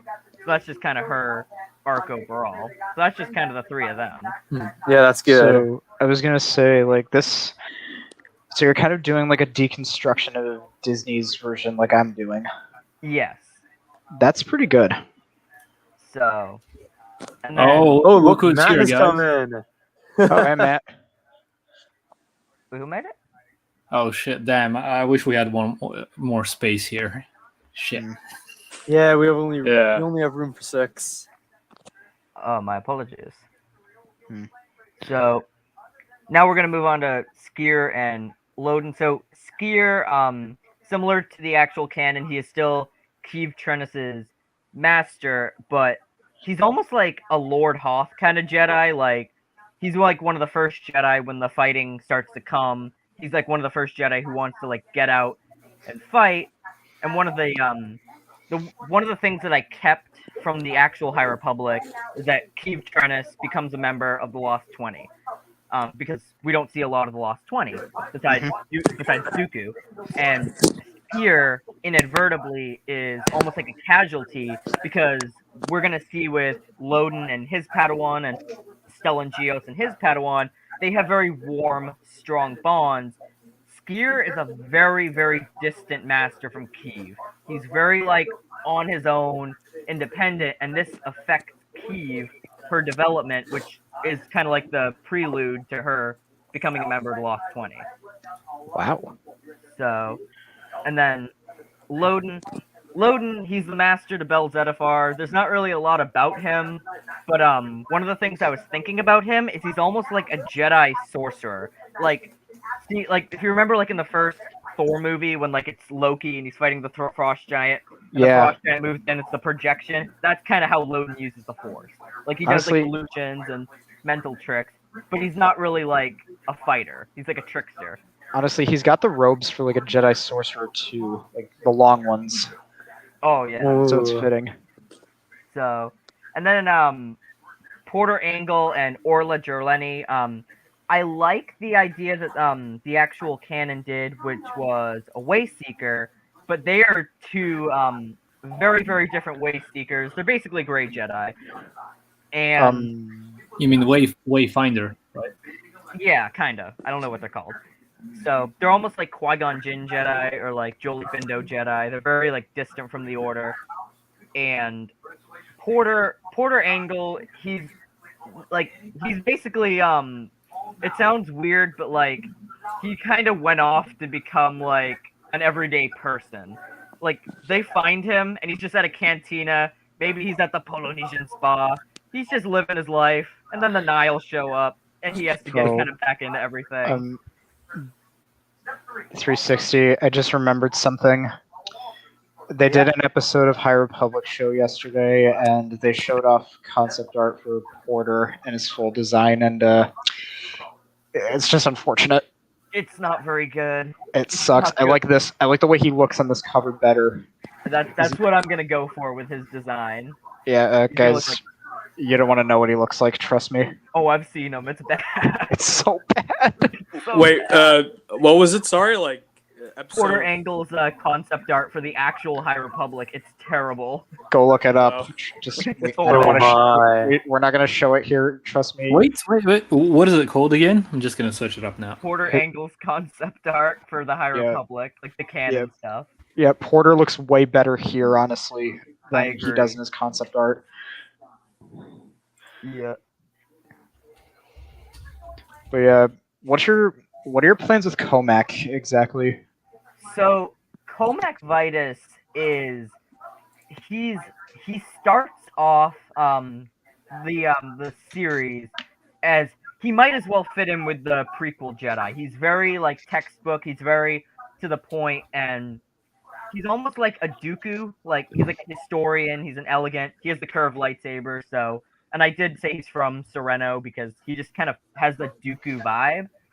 Really? And so he's almost like one of those Jedi. Like they're starting to decline to the prequels, and Comac's one of those Jedi who's kind of starting that inadvertently. Like you have Jedi like Stellan, Avar, Elzar, and Loden who like they have emotions, but they control them like a Jedi should, like a Qui-Gon would. Where Comac just denies all emotion, he denies all attachment, and he's very detached. So, and now this might seem weird. It's Jorah Mali. I know it's a picture of Shakti, but I know they just released an image of Jorah Mali, but I don't know. Shakti. Yeah, Jorah, she looks really nice in her concept art. I love her robes and the way that she has the little buckles on her lekus. Oh yeah. So here's the thing. When I began writing the first Light of the Jedi, or my version, I didn't know Jorah Mali was a female, and I accidentally gender swapped Jorah to a male. Oh, Now, the thing that's not is, good. I would feel bad, but then they did it to Taskmaster, so I don't feel too bad about it. Oh yeah. So, and also, we don't see a lot of male to Grutans, which is something I thought about. So I'm thinking have a male to Gruta. So, I don't know, I thought that would be kind of cool. Yeah. And You know why? why is that? I think it's probably because which one would you rather see? True. Good points. A female Togruta? A female Twi'lek? You know, like when you're choosing from Togrutas and Twi'leks, which would you rather see? Oh, yeah. I think it's obvious. Yeah, I'm pretty sure we all know the answer to that. And I want to see him in the cantina, especially there. I noticed you're including Orbelin as well. Yes. Yeah, So, I have plans for him too. So, what are your things with him? So Orbelin is almost like a Jedi scientist. Like he like does experiments. Like he goes out in nature and he's almost like a Jedi chemist. And he creates like medicines and chemistry and like he experiments and he's almost like very mathematical in his thinking, more so than the Force. Is at least what I'm thinking. And for his lightsaber color, I was really stuck between yellow and green. But then I remembered Ahsoka's second lightsaber. So he has that same yellowish green lightsaber color. So a lime color. Yeah. I actually I thought about giving him an orange one in mine, like I'm doing with Estella, because I think Estella was actually supposed to have an orange lightsaber, wasn't he? I think so. I know in my Yeah. rewrite, Jorah Molly has a orange lightsaber. I'm keeping her white one because I don't know why. It's just I like seeing white and silver lightsabers. Yeah. Also, For me, Porter and Orla have white sabers, so decided to give Jorah the orange. yeah. Also, Orbelin, he's an Ugor, correct? I believe so. He's Yeah, like because he's mucus in the suit. yeah, basically in the Rising Storm they broke his a Nile soldier broke his suit, and then he basically just what was the word I'm looking for? I don't know, but anyways, go on. He like jumps out of his body. Yeah. So moving on to Master Arkoff. Now, something that is common in Star Wars lore is Wookiees and Trandoshans don't like each other. Arkoff and Skier have a bitter rivalry within the Order. Arkoff is on the Council, Skier is not, and they just bicker whenever they possibly can because they have past history with their species and their families. And one of the things, like during council scenes with Skier, is they just bicker on and on and on. And he doesn't really have any other purpose besides that, to be kind of a thorn in Skier's side. If I recall correctly, Briaga was the one who was kind of bickering with Skier in Jedi Knight's version. Oh yeah. So Yeah. Well, I decided to have it be masters fighting each other instead of a Padawan flipping off a master. well, it's not they Oh, yeah. flips him. It's not really they flips him off. He just I don't know how to describe it. He basically just gets infuriated and wanders off for a little while. Right. So, all right, moving on to my knights. So, for Nestra, I've actually had quite a bit of fun writing. So, in the actual canon, she's the youngest Jedi to ever be knighted at 16. I initially was going to make her like 20, but then I remembered that they were going to knight Ahsoka at 17 before she walked away from the Order. So I kind of went with it, but I did a lot of changing to her character to make her kind of work. So in the actual A Test of Courage, Vernestra takes the Imri Kanataros character as a Padawan, which I thought was stupid. But we're going to make it work because after that book, Stellan Gios comes up to her and is like, "You're not ready for a Padawan. You're 16. To be a master, you need experience and stuff." And Vernestra's like, no, I got it. It's going to go so wrong. Oh, that's gonna be fun. Yeah. She's not ready for Imri, and I'm considering either Imri dies, he leaves the Order, or he has a brief rush with the dark side, or all three. And Vernestra is going to have to deal with that or live with that. That she just messed up this entire Padawan's career thinking she could do it. So, and with the purple lightsaber, so the reason I have a picture of Vernestra's lightsaber is in the concept art, it's blue, but then they changed it to purple. So in A Test of Courage, they crash on a random planet. In this one, they crash on the planet of Hurricane. And similar to Mace Windu, Vernestra has a vision of having a purple lightsaber, and through A Test of Courage, she goes through the trials to achieve a purple lightsaber. And then she gives her blue crystal to Imri, whose lightsaber gets destroyed. Cool. So I quit the light whip, no light whip, so that's gonna kind of replace the light whip. Yeah. Well, did that seem like a little overkill to you, or? It just felt too random, and I don't think it made sense for a 16-year-old Jedi Knight to be carrying such a dangerous weapon. Yeah, I feel like they were trying to do all these different things with every character's lightsabers in a way. Yeah. Yeah, they were forgetting how it's a more elegant weapon of a more civilized age. Yeah. Screw that. Oh, I screwed that quote up. An elegant weapon for a more civilized age. That's what I was going for. Yeah. So moving on to Keeve Trennis, who is one of my favorite characters to write. As I stated, she's gonna end up becoming a member of the Lost 20, and because of her distant relationship with Skier, she is desperate to prove herself to Skier and the other Jedi. So sometimes she takes shortcuts. By shortcuts, I mean the dark side. And as the Oh. stories go on, the dark side becomes more and more frequent. She gets more and more reliant. And then at the end, she just snaps, she gets saved, and that's why she leaves the order, because she doesn't trust herself with herself, with the dark. So she makes it to a master, and she just finally breaks, gets pulled back, and then walks away from the order. Yeah, I was just about to say, because don't you have to be a master to become part of the Lost 20? Yeah. So she's gonna kind of hide it, and then as she gets more to a master and more to that, she just starts. It gets more and more frequent. So I have And a then we- question. Just to, I think you have to leave the Jedi Order, not like you have to voluntarily leave the Jedi Order to be part of the Lost 20, right? yeah, that's what she's gonna do. She's gonna get redeemed, but they're gonna invite her back to the order, but she's gonna decline because she's too fearful of her own dark side.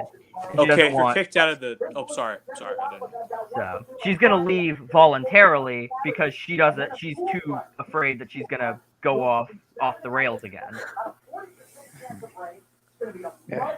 And then moving on to Lily Tora Ozzy.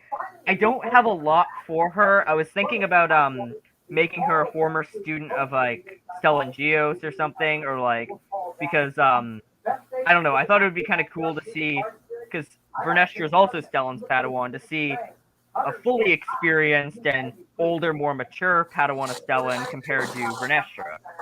But I don't really have anything for her just Yeah. yet. I was gonna say she's a part of the new manga that's coming out, right? Yes. Yeah, that reminds me. Yellow Flash did a video on the whole stupid "I'm Not Starfire" comic, and his thumbnail he put "buy manga" instead. Oh, Honestly, I've never read a manga. Are they any good? I never. Oh have yes, there's myself. plenty of good manga out there. I'll look into that. Anyways, Damon, continue. All right, moving on to one of my personal favorite is Emmerich Captor. Now, he was announced for the Trail of Shadows comics. In this version, he's like a Jedi detective, Jedi agent, and he is like so like in depth with like the galaxy that when he comes back to the Order, his files are gone. Like everyone thought he was dead because he was gone so long undercover. And like he's very Jedi Sentinel. He's always like a detective. He's very like elusive, and I don't know. I've had a lot of fun writing him. So he's basically a Quinlan Voss style Jedi. He's like a mix between Quinlan Voss and Anya Kuro in a way. What's with the Anya Kiro stuff? Like, how does that tie in Like- exactly? Like Anya Kuro would leave the Jedi Order for like years at a time, and then she'd just come back randomly, and the Council would be like, "We thought you were dead," Ah, and that's kind of where. But he's a lot like Quinlan Voss. He's like Yeah, a light side Quinlan. I love how they're giving more Jedi yellow lightsabers, but I would like to see an orange pop up at some point. Like I said before. Oh yeah. Yeah. Honestly, I love the fact that you're keeping the Emmerich Captor being a Jedi detective. That's Yeah. because there were plenty of those in Legends, weren't there? I think so. We didn't get to see a lot of them though, so we knew of them, but we didn't get to go with them as characters. Yeah, the only one we really went with is Quinlan. Yeah. So, and our last Jedi Knight is Indira Stokes. She's just your everyday Adigalia, Staphily. She's just kind of your everyday Jedi. She's just kind of there if you need extra Jedi. So, and now moving on to Padawans, we have Reef Silas. Now, Reef so far has a very interesting character arc so far. In Into the Dark, he starts off very sheltered, very kind of like what he is in the actual canon and what Jedi Knight has going. And throughout the book, he gets taught by other characters that like to become more expressive, to be more adventurous. And by the end of the book, he almost becomes, I don't want to say a way seeker, but he almost does. And he's like all into adventure, but he kind of loses sight of what it's to be a Jedi. So they have to pull him back and balance him between adventure, excitement, Jedi, and all of that. So he's a Cool. little different, but there he is. So then we have Bell Zettifar, who is Loden Greatstorm's Padawan. And I noticed with the Charhound, I changed it to a Tuka cat or a Lothal cat. But something I made Huh. about Bell is he has a very powerful ability with Jedi empathy and Force bonds, not Force dyads, Force bonds. Like he can easily connect with other life forms and nature. Like if he's on a planet like Dantooine or Bogano, he is stronger in the Force than if he's on a planet like Coruscant because the wildlife makes him stronger. So like more industrial planets, there's not enough wildlife to connect to, so his connection to the Force kind of weakens. That's cool. Oh yeah. So It is indeed. That is awesome. Oh yeah, that really is cool. Yeah. Yeah. so now we have Lula Talisola, and Lula she's a very, very ambitious Padawan. Like similar to what you were saying, what Jedi Knight was saying about Bell Zettifar and Wreath wanting to be like Grandmaster. Lula is like she thinks like if she is not Jedi Grandmaster, she's gonna be a failure. Like when we meet her. So her kind of story is you're not going to be a failure if you don't make it to the Jedi Council. You just got to be the best you can be. And that's Yeah. kind of her whole thing. So it's kind of similar to what I'm doing, where she has to understand reality is not what she wants it to be, but reality is basically the most unpredictable thing imaginable. Yes. Like very you can't predict reality. similar. Yes, very similar. Yeah. So, and then we got Ram Jamaram, and Ram is not actually a Padawan. Ram is a part of the Jedi Service Corps. He was not selected to be a Padawan, and the reason he kind of jumps in is he's part of the Mechanical Corps, but the Jedi who oversees it gets murdered by Nile. So Ram has to kind of take up arms and protect his Service Corps members, but no one wants to take him as a Padawan, so he has to like self-train, and he has to kind of help his Jedi Service Corps people kind of rise up. Interesting. That's really cool.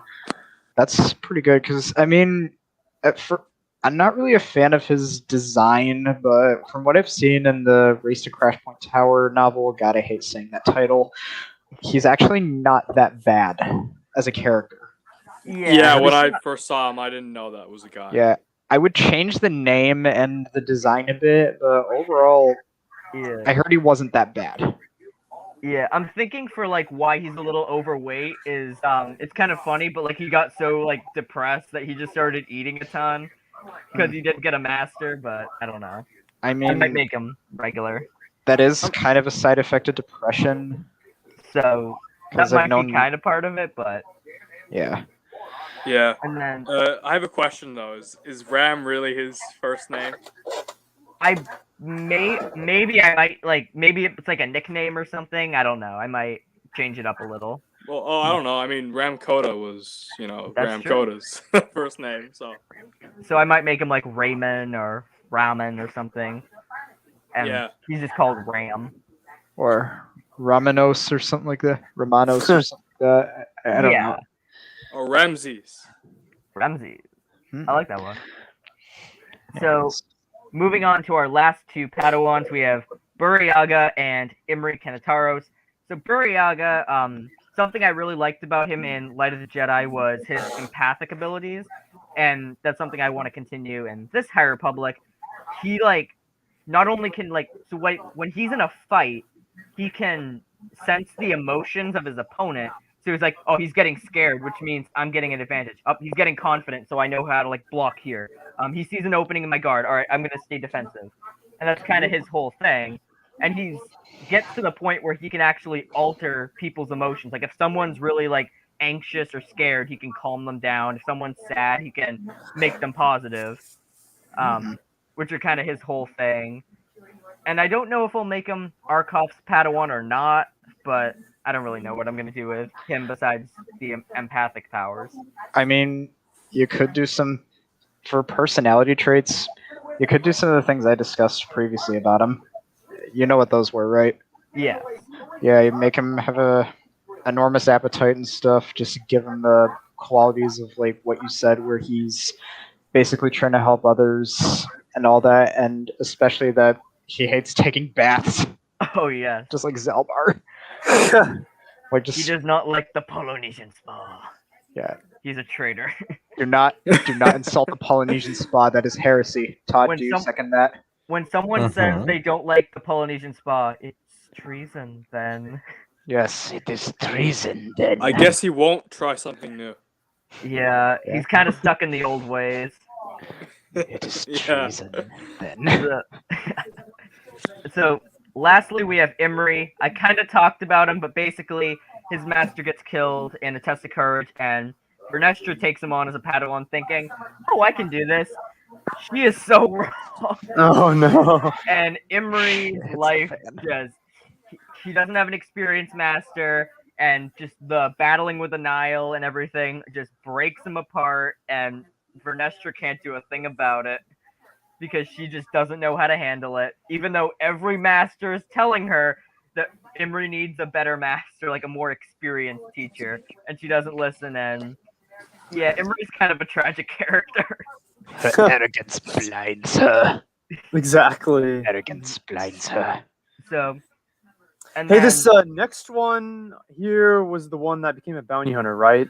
yes, the I had a original. lot of fun with Tyork. She's, I think, maybe my second favorite character to write. So in the actual High Republic, she is a Jedi, but in this version, she was never actually trained as a Jedi.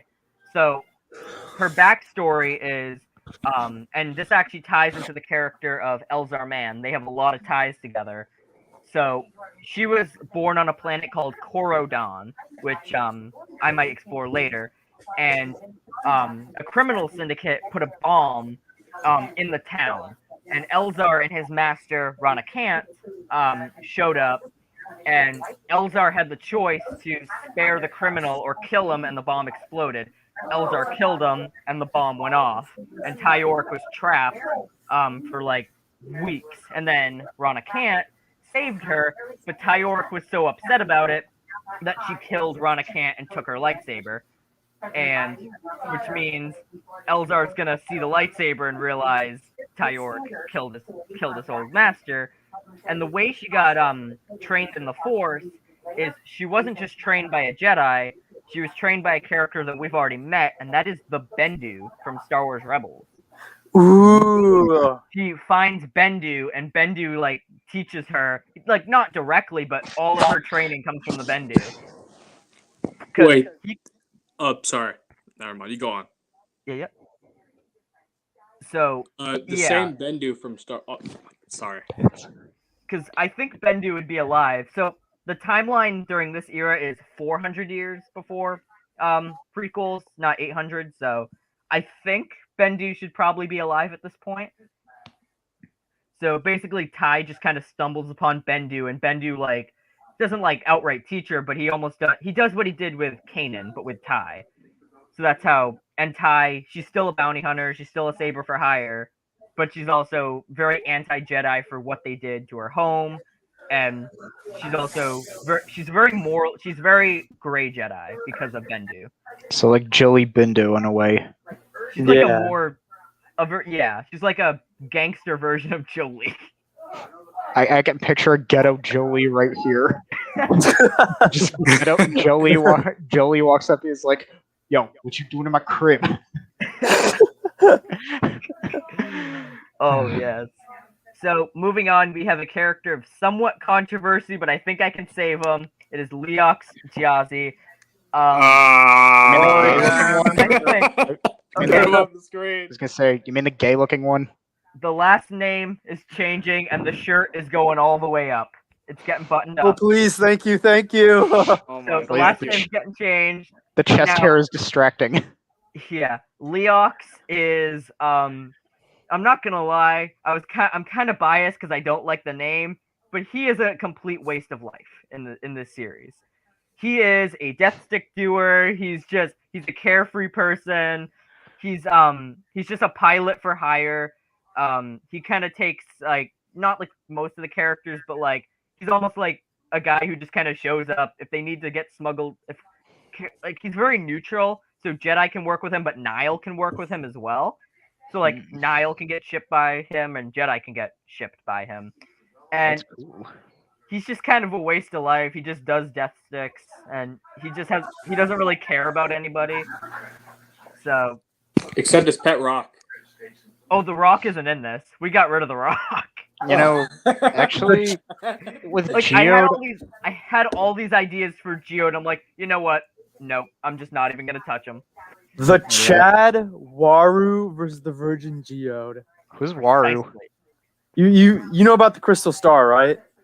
I've heard of it. He's from that book. Ah, So, That's All my right. next book I'm gonna review. oh, nice. So next is Affy Hollow, and Affy, in the actual canon, she's part of Leox's crew. When we meet her, she is almost like not a slave to Leox, but she kind of has like a debt to owe, and she kind of pilots him everywhere as a debt. And she ends up joining up with Reith Silas after the events of his book, and I'll get to the different story plots with the upcoming stories. But Affy ends up becoming Affy's kind of the one who gets Reith out of the shelter and into the action, and this actually sparks a romance between them. And then Reith, that's what has Reith having to pull back between going Jedi and Affy, and he has to kind of balance that. And that's kind of what pulls him. So one of the big themes of the High Republic and this rewrite is attachment. How do Jedi handle different attachments? How do they handle these things? Like, what does it mean to truly handle emotions like this? Like, it's like the big question that's asked to a lot of characters is, if the one you cared about was in danger, are you going to go save them for their lives or the lives of the greater good, or are you doing it for yourself because you can't live without them? And if it's for them, then you are on the right path. But if you're doing it for yourself, you got to step back. yeah. So, and next we have Avon Staros and J6, and they're just kind of a crew. They're kind of with the Padawans a lot. She's very mechanical. She ends up teaming up with Ram Jamaram, and they kind of build devices and stuff. And J6 is kind of a device thing. They don't really do much. You know, I could actually picture those two working together. Yeah, they have a lot of stuff they do. So, like mechanically and stuff. But this one is gonna seem really, really weird based off the pictures. But I think once I explain it, it might make sense. All right, what do we got? We got Honesty Welt and White Vision. I'll explain it. He doesn't actually become White Vision, but that's like a model of what he is going to become. So, in A Test of Courage, Imri and Honesty, just like in the actual book, they go off to face the Nile. The only difference is Honesty gets blown up, and we presume him dead. But the Nile, they have a experimental project of the ultimate soldier. So they go to Mandalore and they get Mandalorian steel, and they almost kind of like General Grievous. They forge a body and they put the brain inside, and they create Honesty into like their like brainwashed Winter Soldier, White Vision, General Grievous kind of character. Whoa. So That's like, so it's like a Beskar General Grievous who can't use the Force and doesn't have lightsabers. what kind of weapons will he have? He has blasters, he has crush gauntlets, jetpacks, flamethrowers, and rockets. That's badass. Ooh. That is. The only thing is, he is mind controlled by the Nile, so he doesn't actually have a lot of self things. And one of the things that's cool about him is they link his mind to the HoloNet, so he can actually spread false information to the Republic. Like, the Nile are going to go here, but he spreads info to the Republic, or to the HoloNet, but the Nile are going to a different place. So it's kind of like Mari Santeca with the whole thing with the paths. Like, she can predict hyperspace lanes that are being used. Yeah, but like more of like an internet robot thing. It's really weird. It's really chaotic, but I think it could, if done well, it could work. So Which, you wouldn't look like General Grievous. He would look No, kind of like this. He'd look a lot more like White Vision, kind of minus the cape. He'd look more like a Star Warsy version of Vision or White Vision, just more Oh, like okay. a Beskar color, and probably not the cape. So we're gonna move into our villains and Markion Ro. So Markion Ro, if I could describe his personality, it's like a hybridization between Thanos and Grand Admiral Thrawn. He's very cold and calculating. He has his purpose. He knows what he wants to do, and he's gonna get it done. And basically, when the Nile are just a bunch of pirates, and then when Markion Ro shows up, he kind of reforms them into a military to fight the Republic. So Markion is of the belief that the Republic is too old. It needs change. It needs correction. It needs to be like remade because it's too old. It's like 400 years old now, and so he's trying to take down the Republic so it can rebuild. It can like reestablish to fit with the times. And while he doesn't destroy the Republic, he does start the prelude to the destruction of the Republic, which leads to the Empire, which leads to the New Republic. So, and next we have Lorna D. Lorna is for the younger characters like Keeve and Vernestra and Lula. She's Lorna does not really like Markion Ro is like the Darth Bane. He's thinking of the overall order and the galaxy as a whole. Lorna is in it for herself. Lorna, like she's a former pirate, so she's just using this entire war to kind of build herself up as a power base, and she plans on turning against Markion Ro and kind of remaking the Nile in her image. So, which kind of leads to some civil disputes between the two of them. And one of the things that Lorna does is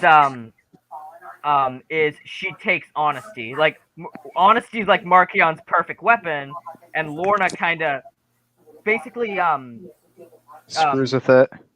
Yeah, so honesty has almost like a prototype inhibitor chip inside his head, and it's like that, which has him completely under Markion's control.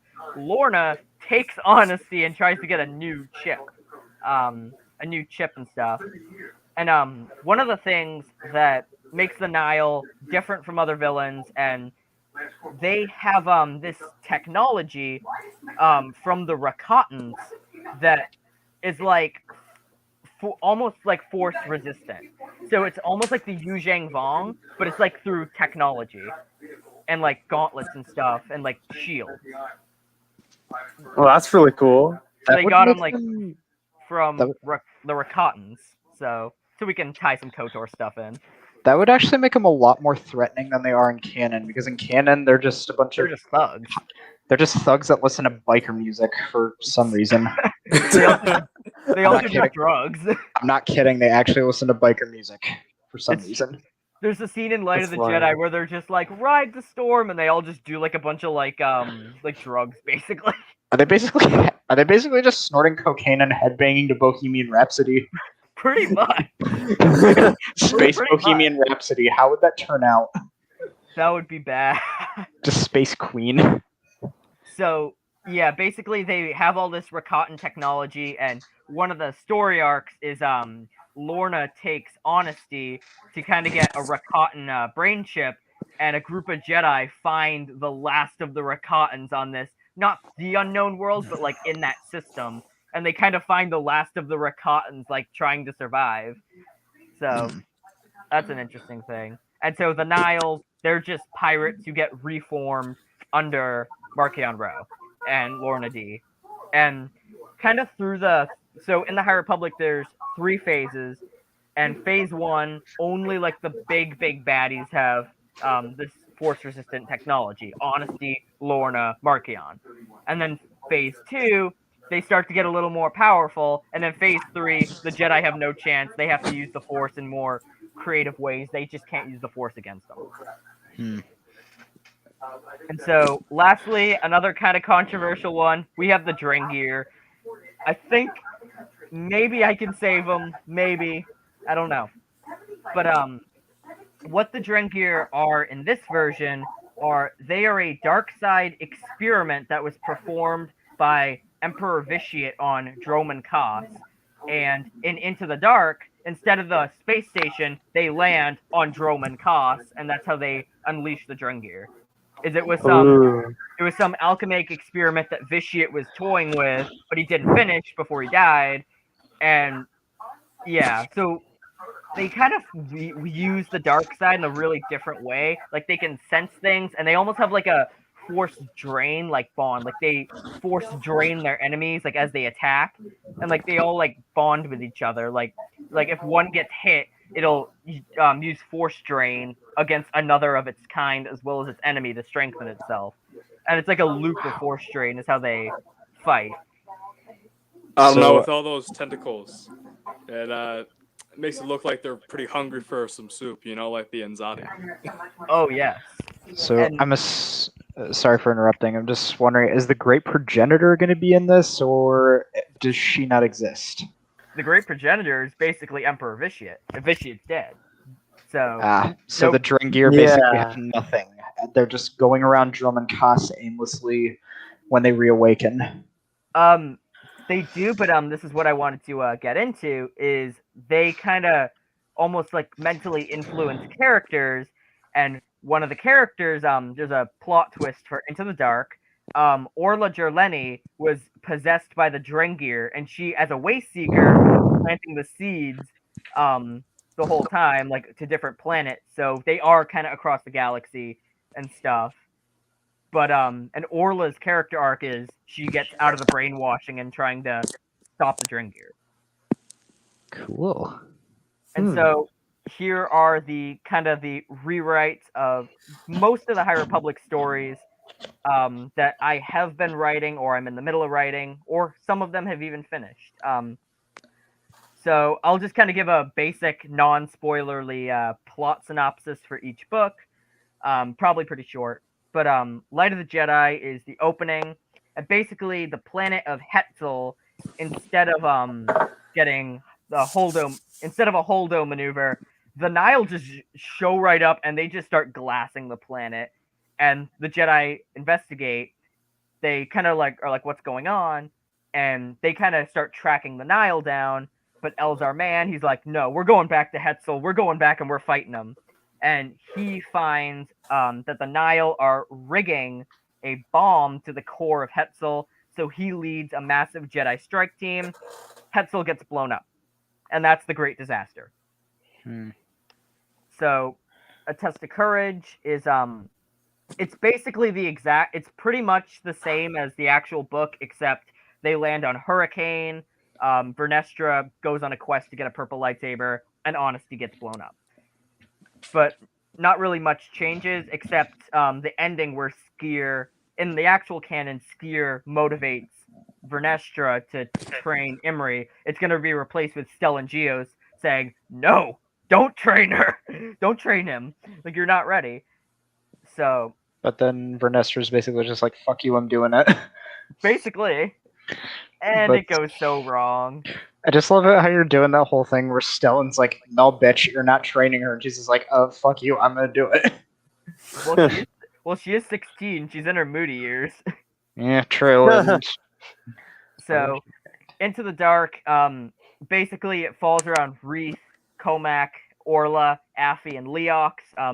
They land on Droman Kos. Basically, Orla, who's under the control of the Drengir, sabotages the ship, brings them to Droman Kos, and they have to, it's almost like a zombie apocalypse. Like, they have to survive on Droman Kos Oh so they my. can get rescued. And all the while, they don't realize that Orla is just possessed by the Drengir the whole time.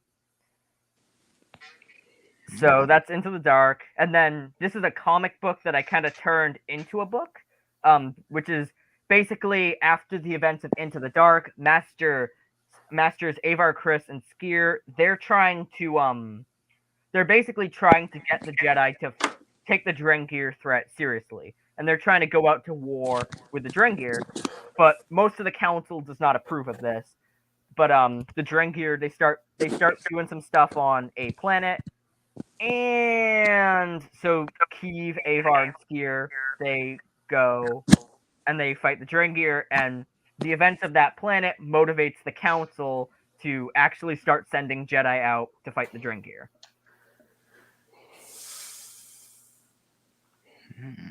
So, and then for our last two stories, the Rising Storm is so basically one of the things that is the same in Light of the Jedi and Light of the Jedi is Loden Greatstorm gets captured in both stories.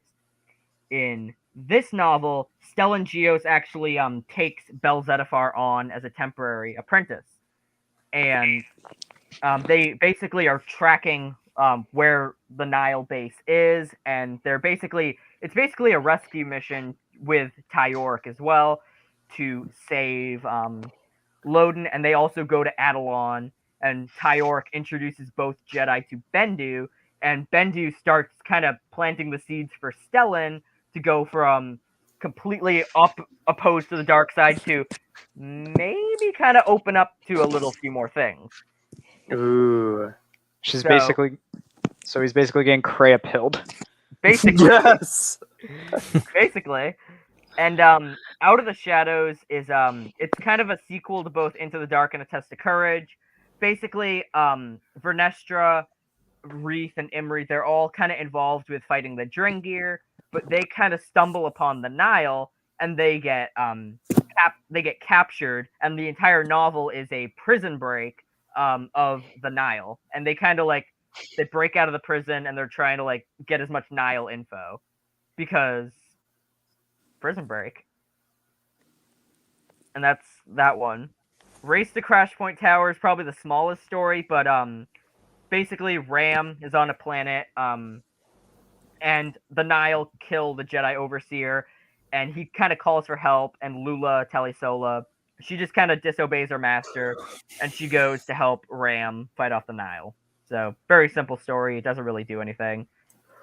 And then Monster of Temple Peak is Tyork immediately after the event of the Rising Storm. She's basically trying to get back on her feet after Rising Storm because right now she's incredibly wanted by the Nile, and she has to kind of rebuild her reputation and as a bounty hunter and a monster hunter. So she's basically sent after the Monster of Temple Peak, and she has to kind of slay it to kind of win her part back in the Bounty Hunter Guild. So win back her title and get back into the Bounty Hunter Guild. That's pretty cool. And that is so far my High Republic. I don't know if you guys are interested in more. I don't know if how your all opinion on that. So far, so good. It's pretty interesting. Yeah, it seems know, pretty fun. We could do this again. You can join us with Jedi Knight anytime. Yep. I have an idea. Do you want to discuss stuff and maybe work on each other's projects? Yeah, I'm down. Because I like what you have going. It's Excellent. great. I was also kind of curious how much this Diamond series differs from yours, Jedi Knight. I can't really say because this is the first time I'm hearing of his. But I have to Oh, say that I thought so. Huh? Oh, I thought so. Sorry. No, never mind. that's all right. But yeah, I have to say we do have similar ideas to what we want to do with characters, but have some different stories. Like I have one where there's basically dark Jedi that are manipulating everything behind the scenes, but he's going full in with the Nile threat. Oh yeah. Oh, Yeah. I didn't say my what's gonna happen to Loden Greatstorm. You guys are gonna love this. Well, let's hear it. What Okay. is it? So I'm gonna kind of tie it into the Acolyte, but I'm gonna make it like a book. So you know Darth Tenebrous, right? Mm-hmm. So you know that Darth Tenebrous's master was a Twi'lek? Yeah. Loden Greatstorm is basically, because of his torture of the Nile, is gonna go insane and become Darth Tenebrous's Sith master. Ooh. Wow. Oh. And that the whole story, he's just slowly going more and more insane until he becomes a Sith and takes on Darth Tenebris. That's cool. And that's going to be the acolyte. Is going to be Loden's getting found by a Rula 2 Sith, getting turned over to the dark side, and finding Tenebris. What will his Darth title be? I have no idea. I'm thinking something like Darth like Zion or something like that. You could do Darth Invictus or something like that. Darth Karis? Invictus. I do like Invictus. That's a good one. Yeah. So Yeah. Any closing comments? this was a great stream. We're grateful to have you on. I must agree. Definitely. I- Grateful I'm for you hoping at both, some showing point up. I can read some of these stories. Oh yeah. Better this than the actual High Republic. Yep. I almost said better out than in. I always say. By the way, didn't you say we're looking up that image of Porter Engel? Oh yes. Yeah. It's hideous, isn't it? It's so bad. Dude, Jake Bartok did a better job. He did too. He did such a better job. He made Porter Angle look cool. Yeah. Oh, I also one last thing. This is a really quick thing, but in the actual High Republic, there's 3 Grandmasters. There's Yoda and 2 others. So Laru and basically- Veter. So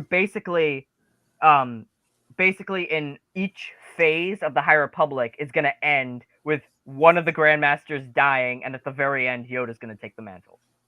So that's how I'm going to kind of make an excuse for it. Cool. Mm-hmm. So, and it like each Grandmaster slowly declines the Jedi to their prequel era. So you can't put all the blame on Yoda. So the other Grandmasters can also be somewhat to blame. Nice. Nice. Nice. Well, I must say I really enjoyed this. I must agree. I like the planets that Jedi Knight brought up. I like the lava snow planet. I'm glad we're getting another Kyber crystal planet because I don't understand how like 10 trillion Jedi can get lightsabers from one planet. So I'm liking that there's more crystal planets. And I forget the name of the first planet, but I really like that one. Etheria. Yes, the Yeah. Polynesian Spa one. You know what's Wow. actually interesting? Like, what happens to dead Jedi's lightsabers and crystals? That's a good theory. Yeah, They're basically put into a repository, from what I've heard, in the Rising Storm. There's also the ones in Star Wars Rebels, like when Kanan goes into the dojo. There's like a bunch of lightsabers on the wall. Oh, so maybe, and in the Vader Mhm, comics, yeah. which Jocasta knew. yeah. They're oh on yeah, a there was week that in room this with dojo. that robot that could catch lightsabers when they're thrown. Oh yes. Anyways, I guess this is it. I Yep. guess this is it, Yep. huh? Until Well, in next that case, we're gonna go ahead and end it. And I just want to thank you guys for being here and talking about the High Republic. And I hope to see you in the next one. Really, My- this was pretty Yeah, fun. That was awesome. This I'm was all for awesome. it. Definitely. Yeah, I have to agree. Yep. We don't have to leave after we end the stream, just so you guys know. People usually Yeah. just go off immediately. Basically, just the backstage party. We'll call Oh it yeah. that. Pretty much. Yeah, All right. Well, with Yeah. that being said, yeah, Oh, yeah. let's go ahead and end it. And Just wait a sec. Just wait a sec. Now, after we end it, e-video is coming right after this stream for everyone who's watching. So, yeah, the first episode's up. It's Oh yeah, the finished. Stormtrooper Tales, right? Ooh. I've been Oh, seeing it. nice. I want to see this. I've finished. I finished it today, and I've never done anything like it, so I have no Oh, idea yep. what to expect. I'll be. Mhm. So I don't even know if it fits the definition of a machinima. No, That's the it's somewhere along those lines. So It's yeah. close Yeah, enough. I've been using the mods from Star Wars movie duels in the and filming Jedi Outcast and Jedi Academy, and I came up with some stuff, whatever, for the first one, and on the next ones, me and Todd are going to work much more closely, as Darth Maul says. So yeah, and we were also thinking maybe we could do a Rangers of the New Republic 3-minute video like this, like a mini story, since Disney canceled it, and we have a mod of Cara Dune there. Yeah, we could come up with a story and just go along Yeah. with something. Yeah, Yeah. we can make it, let's say 14 ABY or something like that a few years later, and she could be working with Ram Kota's New Republic militia or something. I think that would be a nice They one. could both Like, team Oh up. yeah. The thing is, we're putting the Mandalorian characters and basically the canon characters from Rebels and Clone Wars who survived up until Return of the Jedi and after it. We're just going to put them into the EU timeline. Yeah. Where Jedi Outcast and Academy takes place. So that's the premise of the. So yeah, who knows? Maybe we even get Gina at one point, since we can just contact drunk 3PO. Would be cool. Yeah, just God. get drunk to get her on here. It would be a huge middle finger to Disney at the same time, and I think fans would love it, and I'd love it. No, here's the Yeah. thing: we should all just have our cameras on and just flip them off. It'd be funny. Just be like, suck on this. That'd be So great. yeah. Anyway, let's end this, and we're gonna post the video like All right. immediately. So yeah. Alrighty. So with that said, let's go ahead and end this. And I hope you guys enjoy the video that's coming after this. So you guys have a good night. Too. Have a good night.